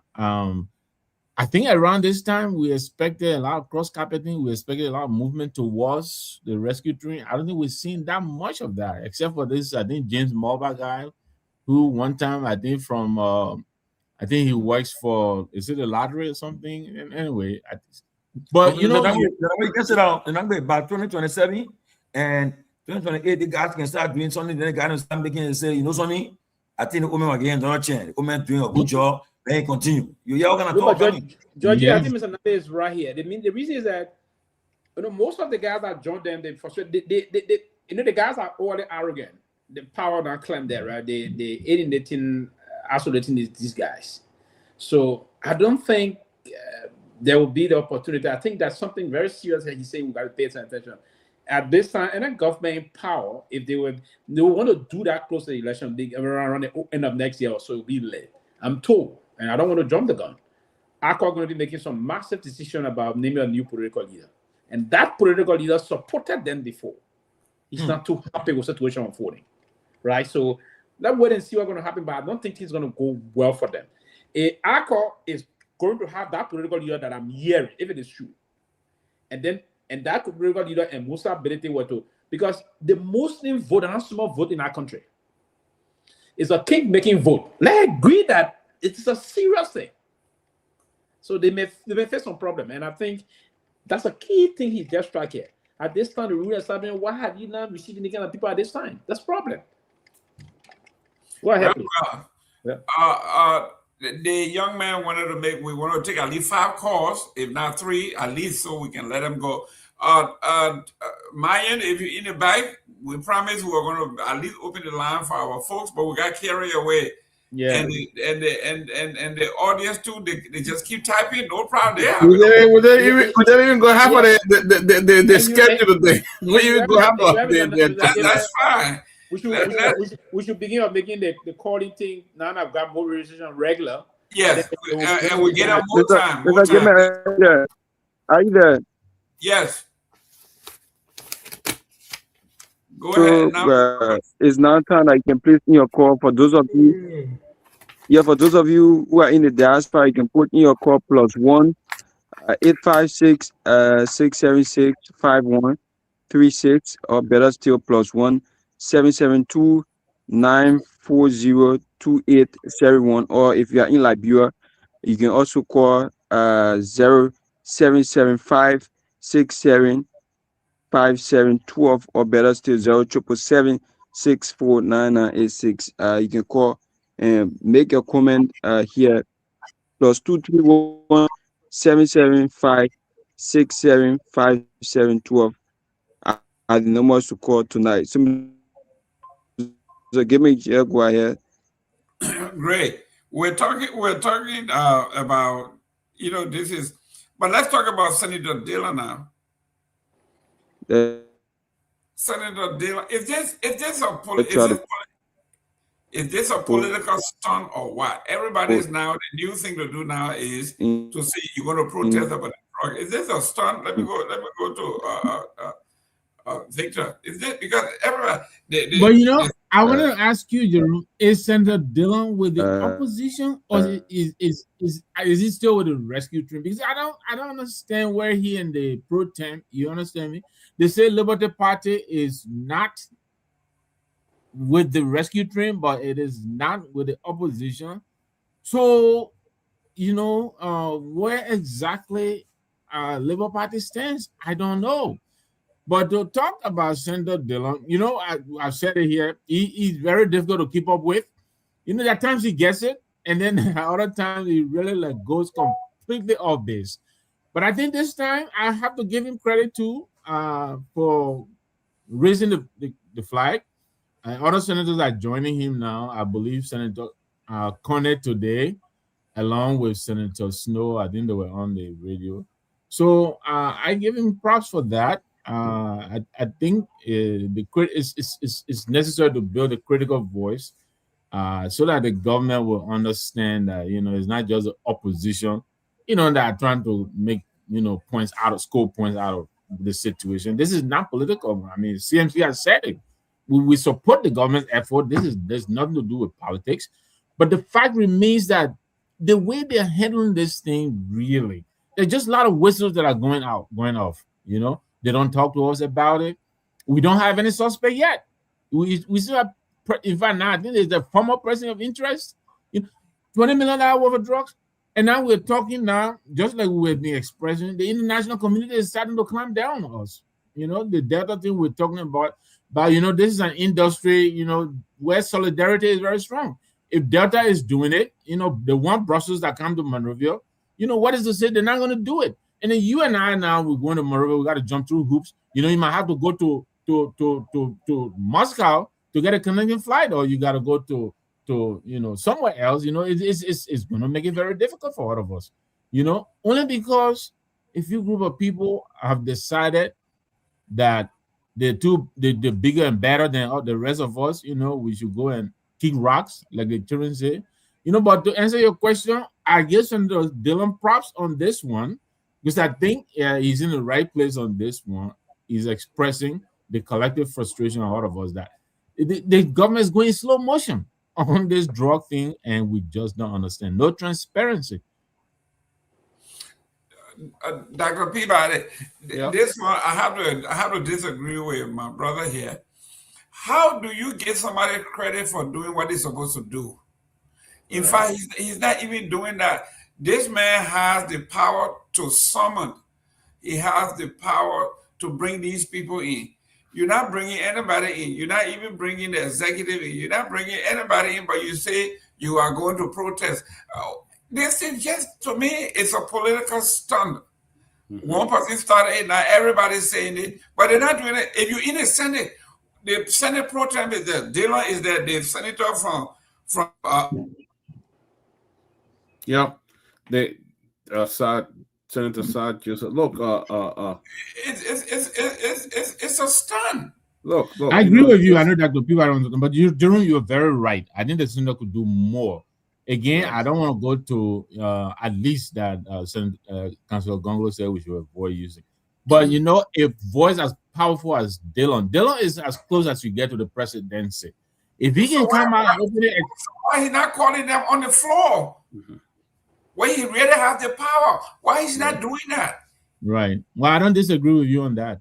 I agree. You know, and look, like everybody have been saying, we have the country that we are linked to, that Delta have banned. Those are countries who have terrible history. You don't see a lot of African countries on that list. You only see countries that had tied to terrorism and stuff like that. Sudan, Iran, and those countries. You don't see a lot of African countries for them to go that far on to really ban. You don't see even Nigeria, Ghana. You see, you're among some of the worst countries that the U.S. had termed as terrorism and drug cartel and stuff like that. So, what they have done? Look, if the government wanted to fight this, they could have done it. They would have been out there doing what they need to do. As we said here, that we sang the story here, they went after the people who actually identified the drugs for them. And they don't want to call the other people involved. They don't want to call their names. They know their name. They know them. They don't want to bring them up. So why we seeing it will be a dragging thing, and normally thing lasting Liberian people mind for like about 2 weeks, it would die. It would die. We're not going to allow it to die because in 16 days we're still talking about it. We're going to talk about I think we're the only one that have really put a light to it. You know, we have a new story that come up. Jeremiah Kuhn, Fofana, the speaker, that one would take over. Watch. It would take over because it's getting heated. Right? It's getting heated. Fofana want to be vice president of Jeremiah Kuhn, and Jeremiah Kuhn become president. That's the thing. All two of them, they're very close friend of my group, Stanton Weatherspoon. They're very, when Fofana came here, there were photos of where he met with Stanton. He drove to New Jersey to go meet with Stanton. The photo were out on Facebook. Jeremiah Kuhn met with him too. So the thing is, there's a whole mess coming in the UP party. Yeah, they say, excuse my language, excuse it, they say when shit scatter. You ever see it? That's what is coming up in the Unity Party. Yeah, messes everything up. Hell is breaking loose in the Unity Party. Fala want to be vice president. Kuhn want to be president. Finance minister want to be president. And hell is breaking loose. And you know what? It will be a major division. People will leave and think coming closer, it will be hell. You know, because the insider don't want Jeremiah Kuhn to be president there. So they will put up something. The papa is very old. He didn't even know what's going on with the drug issue right now. You know, he's very old. So, look, Liberia not ready yet. When we're ready, we'll have a new leader who will change this. But for now, and I like the statement that Chairman Ability pulled up. I think was very fair enough. You know, let's get the message across first. Then we can start forming all these coalitions and stuff like that. But my boy Jen, the shit about to hit the fans because now they're accusing the two people who had a hand up on the roasting. The more we had to get the two people that had a hand up. Now they're causing each other now. So Peabody, I'm gonna go out on a limb here. I know it's too early and the judgment is there, but I think Nemo might turn out to be a catastrophe, a mistake. Yeah, that will give the UP hard time. Yeah. How to put those two together is going to be a difficult task, but difficult. That's just me. That's true. It's going to be very, very difficult to put them together. That we're going to see something messing up. It's going to be tough because right now they're already divided. They already know the intention of the other person. Yeah, and they are feeling money into another place right now to do whatever the propaganda they need to do. They're going about doing it, and that will be tough, you know. But again, man, like you said, look, everybody's on the side, you know. So the just hit it small, then he come back, he relax. Yeah, he's talking too much, you know. Then we saw another, the one who always to ECOWAS, Snow. See, having press conference, writing statement. I'll tell Kamara not to even join him to be writing in because the whole thing is just a vlog, like complete vlog, Liberia vlog. They come out, they got big press conference. He represented to ECOWAS in that play. He hijacked that area for nobody else to go there. It's not serious country, man. I'm sorry. And he went. They were sitting there, and their colleague were lecturing them that, listen, well, you guys are from Liberia. Why are you here? You're not even reporting what's going on in your own country. No, your border situation. So you know what we were talking about, not seeing too much movement towards the rescue team, but I think there is a seismic movement away. I mean, Amarakona is practically out of the rescue train, right? Oh yeah, he's out. He been out. Yeah. And not to mention John Molu and all of these. So you know, you have all of this happening, and in the midst of all this, then Nemo is going to come and splinter the UP even further, right? Yeah. And I don't know. I'm not going to been out, Senator Pelin. I mean, he been out. Well, guys, I've been in a political thing for a long time. I think somebody said it here. Support me morally is not the same as, my friend, here is my support. You can support Joseph Boakai morally all you want. If Tomo Fala come without $1 million, you get your moral support out of the window. That's just how the politics, Pewee, there you go. Politics is money. You need money. You need resources. You can pray for me all you want. You can go and fast and pray all you want. Why? That is morally good. It takes you nowhere. When Thomas Fala come with that bunch of whole wheat, you know, you just sell nails in the wheelbarrow. If you come with that whole wheelbarrow for the $100 bill, yeah, he got it in millions now. Yeah, that moral support, I will tell you, wait a little bit, keep praying, and let me talk to them man first. Yeah. And this is important in the Liberian political sphere. Even here. Yeah, all over the world. One of my old men can normally say to me, he said, you, the new pro, you bring in ideological thinking. You know, we think about kind of lines. So when we bring the capitalistic, you can even go. I will go to this one where I'll be telling the guys, I will say we have to change the system. You have to believe this thing. We have to. But meanwhile, Mr. Gayman, the guys are hungry and other things. And in seconds, I just leave to me get a water to drink somewhere, pass bounce, tell some of them, Mr. Gayman appear. Oh, guys, how's everything today, man? I know you guys been here. I learned from a few here, they're talking all the time. But man, pick everybody two beer and make sure the food on the table for everybody to eat. But guys, when you got ready to leave, this is $5,000. You can get something up. Then you leave, and then I will come back and talk to you guys. Then Pewee is back there. The guys are gone. Becoming strong. Yeah. Your man you can't yet know what else we can drink. Nothing the men said to all the men just bought all, give all something, then money coming up. I'm done. And that's the basic, and you're right about this. And that's the reason why, Mr. Gayman and folks on this show tonight, we still got terrible and non-performers are still moving to control the Liberian bureaucracy. Of course. The legislature, those that have small money in their pocket, they go campaign, they will win elections. Now, you myself can be more ideological and practical in our senses, intellectual. My Elisa, you on your own. You on your own. And the folks will vote. And you can remember, I mean, that's the problem of the country.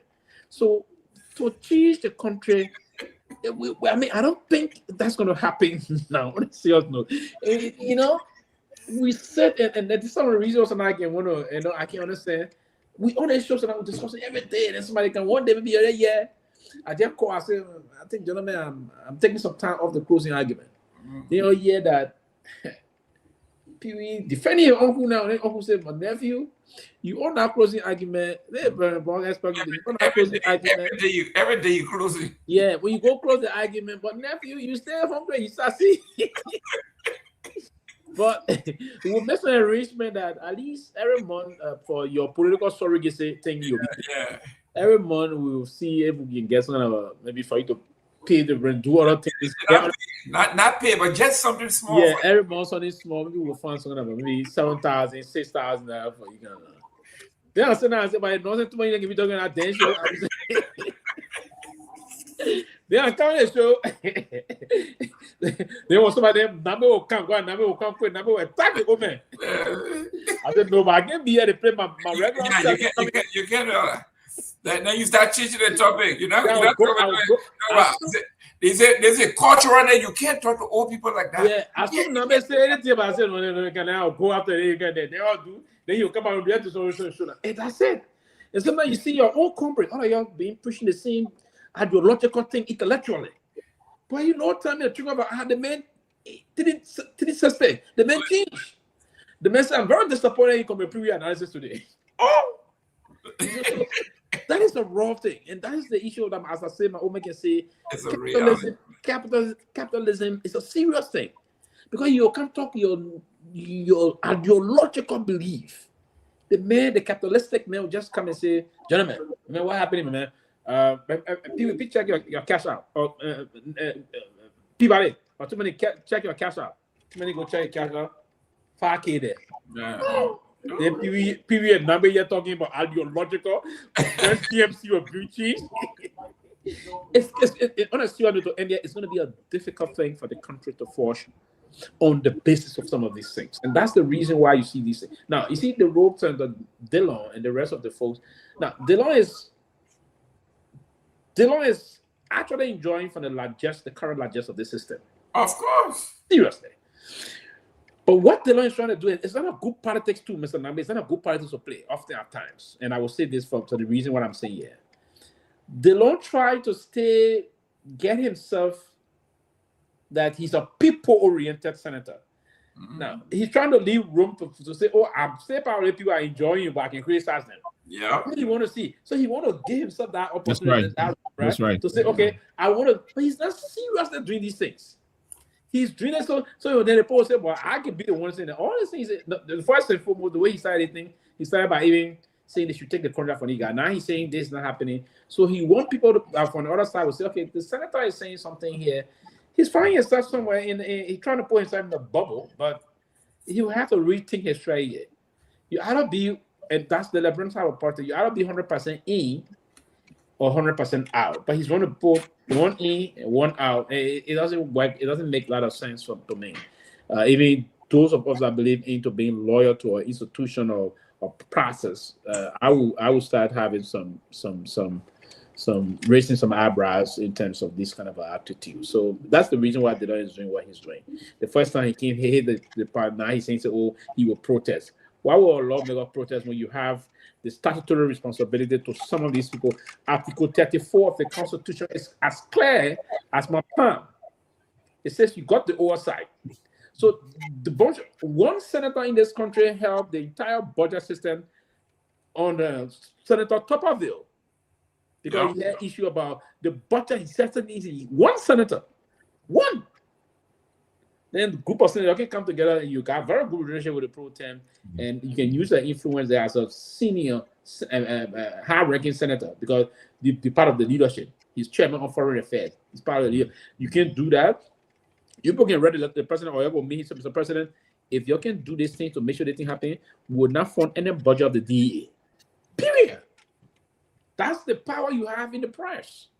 But anyway, gentlemen, that's the problem we have in the country. Until we can solve that, those that will have the deeper pockets will chop more people in the interior and they will vote for them. So we will always vote for non-performers, but those non-performers will use the money to have themselves. And that's the reason why the U.S. government is saying the pay-to-play is too much in the country. So by that, what we can do, you and I, can increase the frequency by complaining and rebuff the engaging international partners to have these guys consistently sanctioned.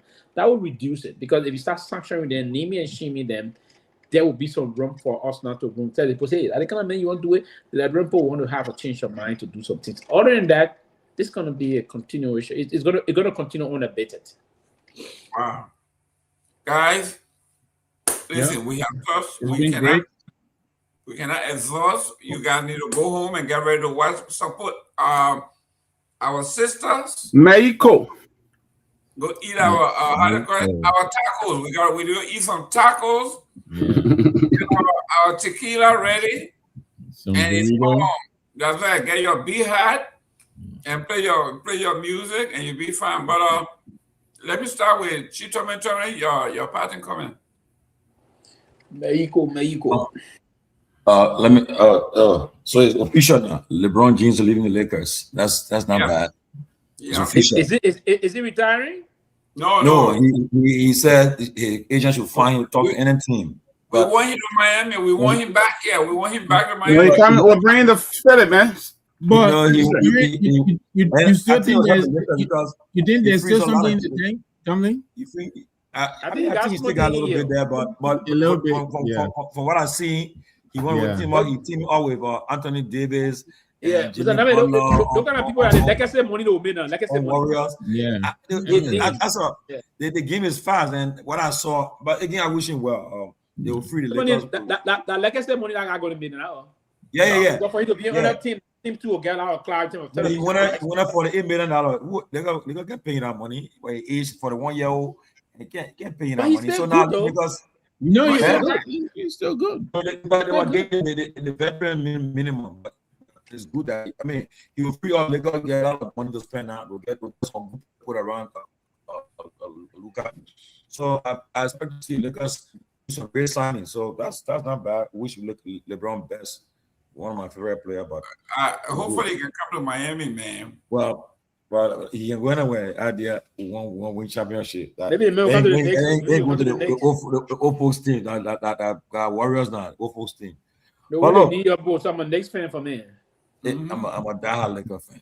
But it's been a great show. And look, I want to say thanks to the management of Freedom. I mean, that's a great help to us. And we saw the calls they were coming in. I'm watching the calls very fast. In fact, the guy had to stop the calls because they kept calling. And you know they are widely listened to.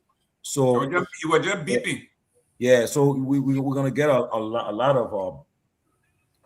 of coverage, and it will be good for us. And because they have a very large audience and people, follow them religiously. So I want to say thanks, man, for where we are today. At least we are making some progress as we get towards 2020 as the year. I hope Myean would have did some calls from his end too, but he was not. Yes. Yeah. What we're gonna do is, I think we're gonna do the call earlier. Yeah. I mean, like people say, we take more calls than talking most of the time now because earlier. We're doing earlier. Get the people involved. But look. Let's get ready. We're gonna see a lot of stuff happening. I keep saying it. Look, if you've been monitoring elections in Liberia, it's gonna get nasty. It's gonna get worse. You know, it's gonna be tasty. Especially so, we are watching the opposition. I know I saw the opposition figures at the CDC program in Zwedru. I know they're all gonna meet. I heard they're planning to meet. All of them plan when we get back to the country. They're all planning to meet and see where they want to go. And they're going to meet and have the heart-to-heart talk. But the thing about the ruling UP, people are mad with them because they are showing arrogance. They are dividing the country the way what they're doing. I was told that in Liberia nowadays, just imagine you tell somebody, say, "Oh, I'm going to meet Nagbe in the government. Oh, my man, I won't go. I'm going with that guy. I'm going there." All that kind of stuff. We're all Liberians, you know. When we play our national team playing, we all come together. When somebody died, all like recently when Muali lost his mother, I saw everybody opposition or everybody rally around him. That's how it should be, you know. We can disagree. We can our politics and our ideas about how to run the country, move the country forward, but to take it personal and be so extreme, I don't think it's the right way to go. But all we look forward to. And I tell people, let me make it clear, I'm for no party because we run a platform. We run a platform of this nature. You can't take side right now. You can't take a side. You stand. We have people from other parties here, but I'm not for nobody. I'm an independent person. We criticize, we praise, and so forth. But Mr. Gayman, thank you so much. Mr. Nagbe, Peabody, thanks to all those who keep on making the show lively, and all our audience. Gemma Borrow, Patience Siema. These are regular folks. But Patient and Jen, one of these days, you guys should come on the platform. You can engage. You can talk to. You can small. You don't just be watching. You can take part. Jen Maboro. In fact, next week we'll send the link to you. You and Patient.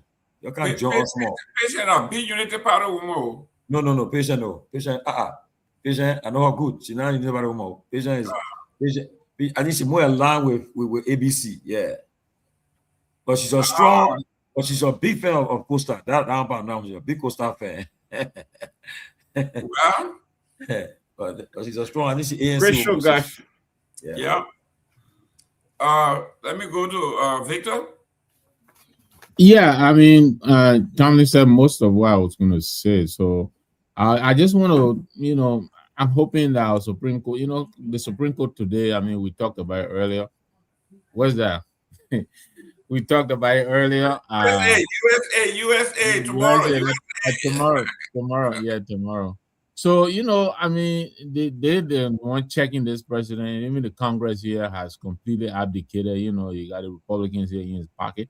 But this birthright thing, this thing has been existing like forever. And the guy comes in here, he wants to throw Yankan in and all of that. And they told him no, you gotta, they told him absolutely not, in very, very, very, very, very clear terms. So congratulations to the Supreme Court of the United States. I hope, the basic code would take a page out of this. The law is the law, follow the law. But congratulations to the Supreme Court of the United States. Some of the ruling they came down with, some of the campaign finance law and all of that. But this is very important. It was gonna put a lot of things at jeopardy. So I want to just congratulate them on that. Hope to be with you guys again tomorrow. I know tomorrow is the USA game. I'll probably come and leave early because my son will be coming. I think we'll probably go tomorrow to watch it. Yeah, we'll do all we can to leave to watch the game. Dr. Peabody, take us home.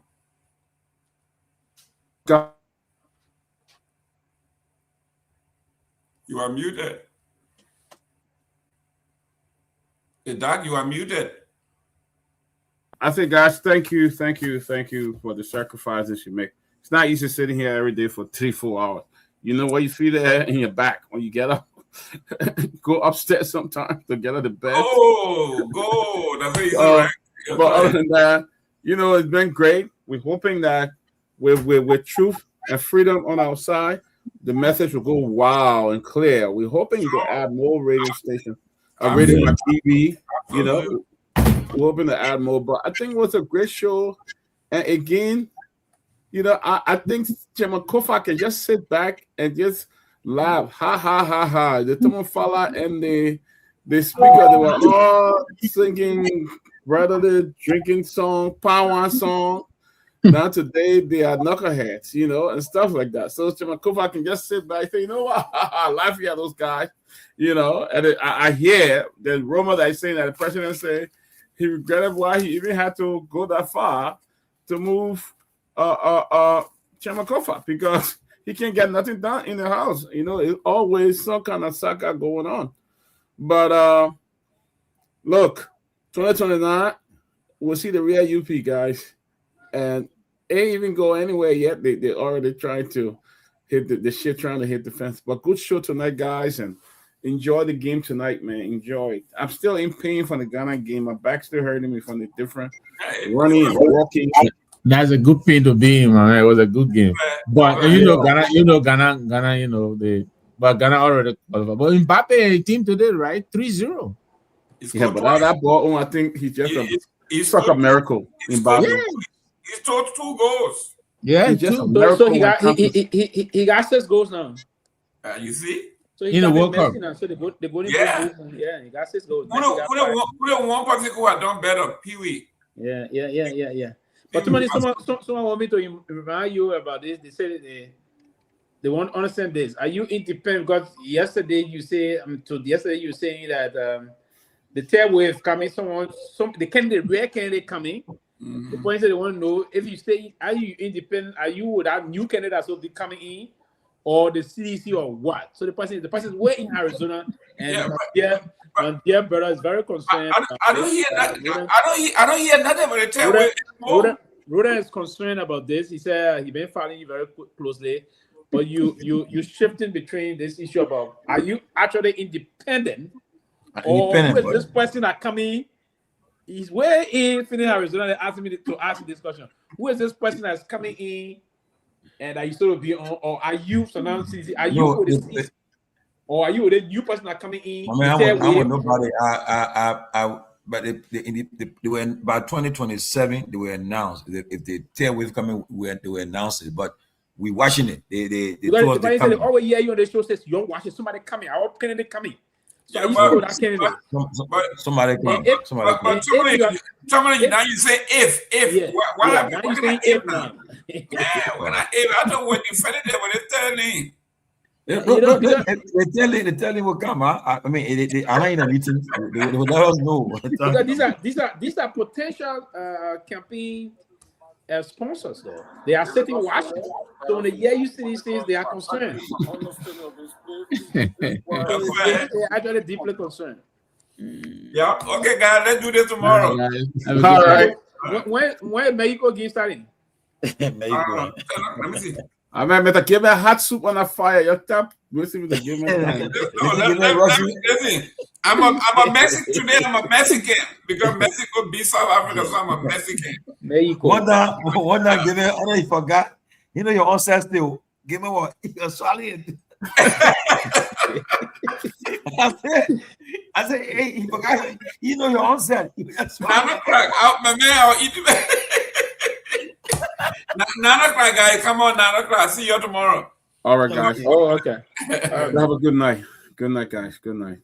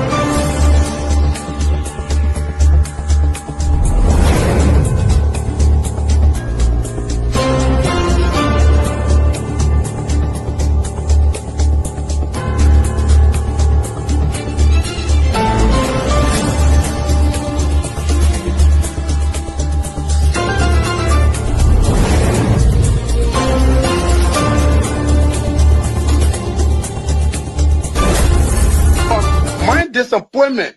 Now the vice president often tell me since he got a seat as vice president, how many persons have I recommended in this government to serve in the government as presidential appointee? 0. Every appointment in Nima County was done by him. He and I would discuss something as a brother to implement it. You will bypass me and do different things. I better keep it. I don't talk on it. Now you need to see us. The thing we saw, it frustrates us. So what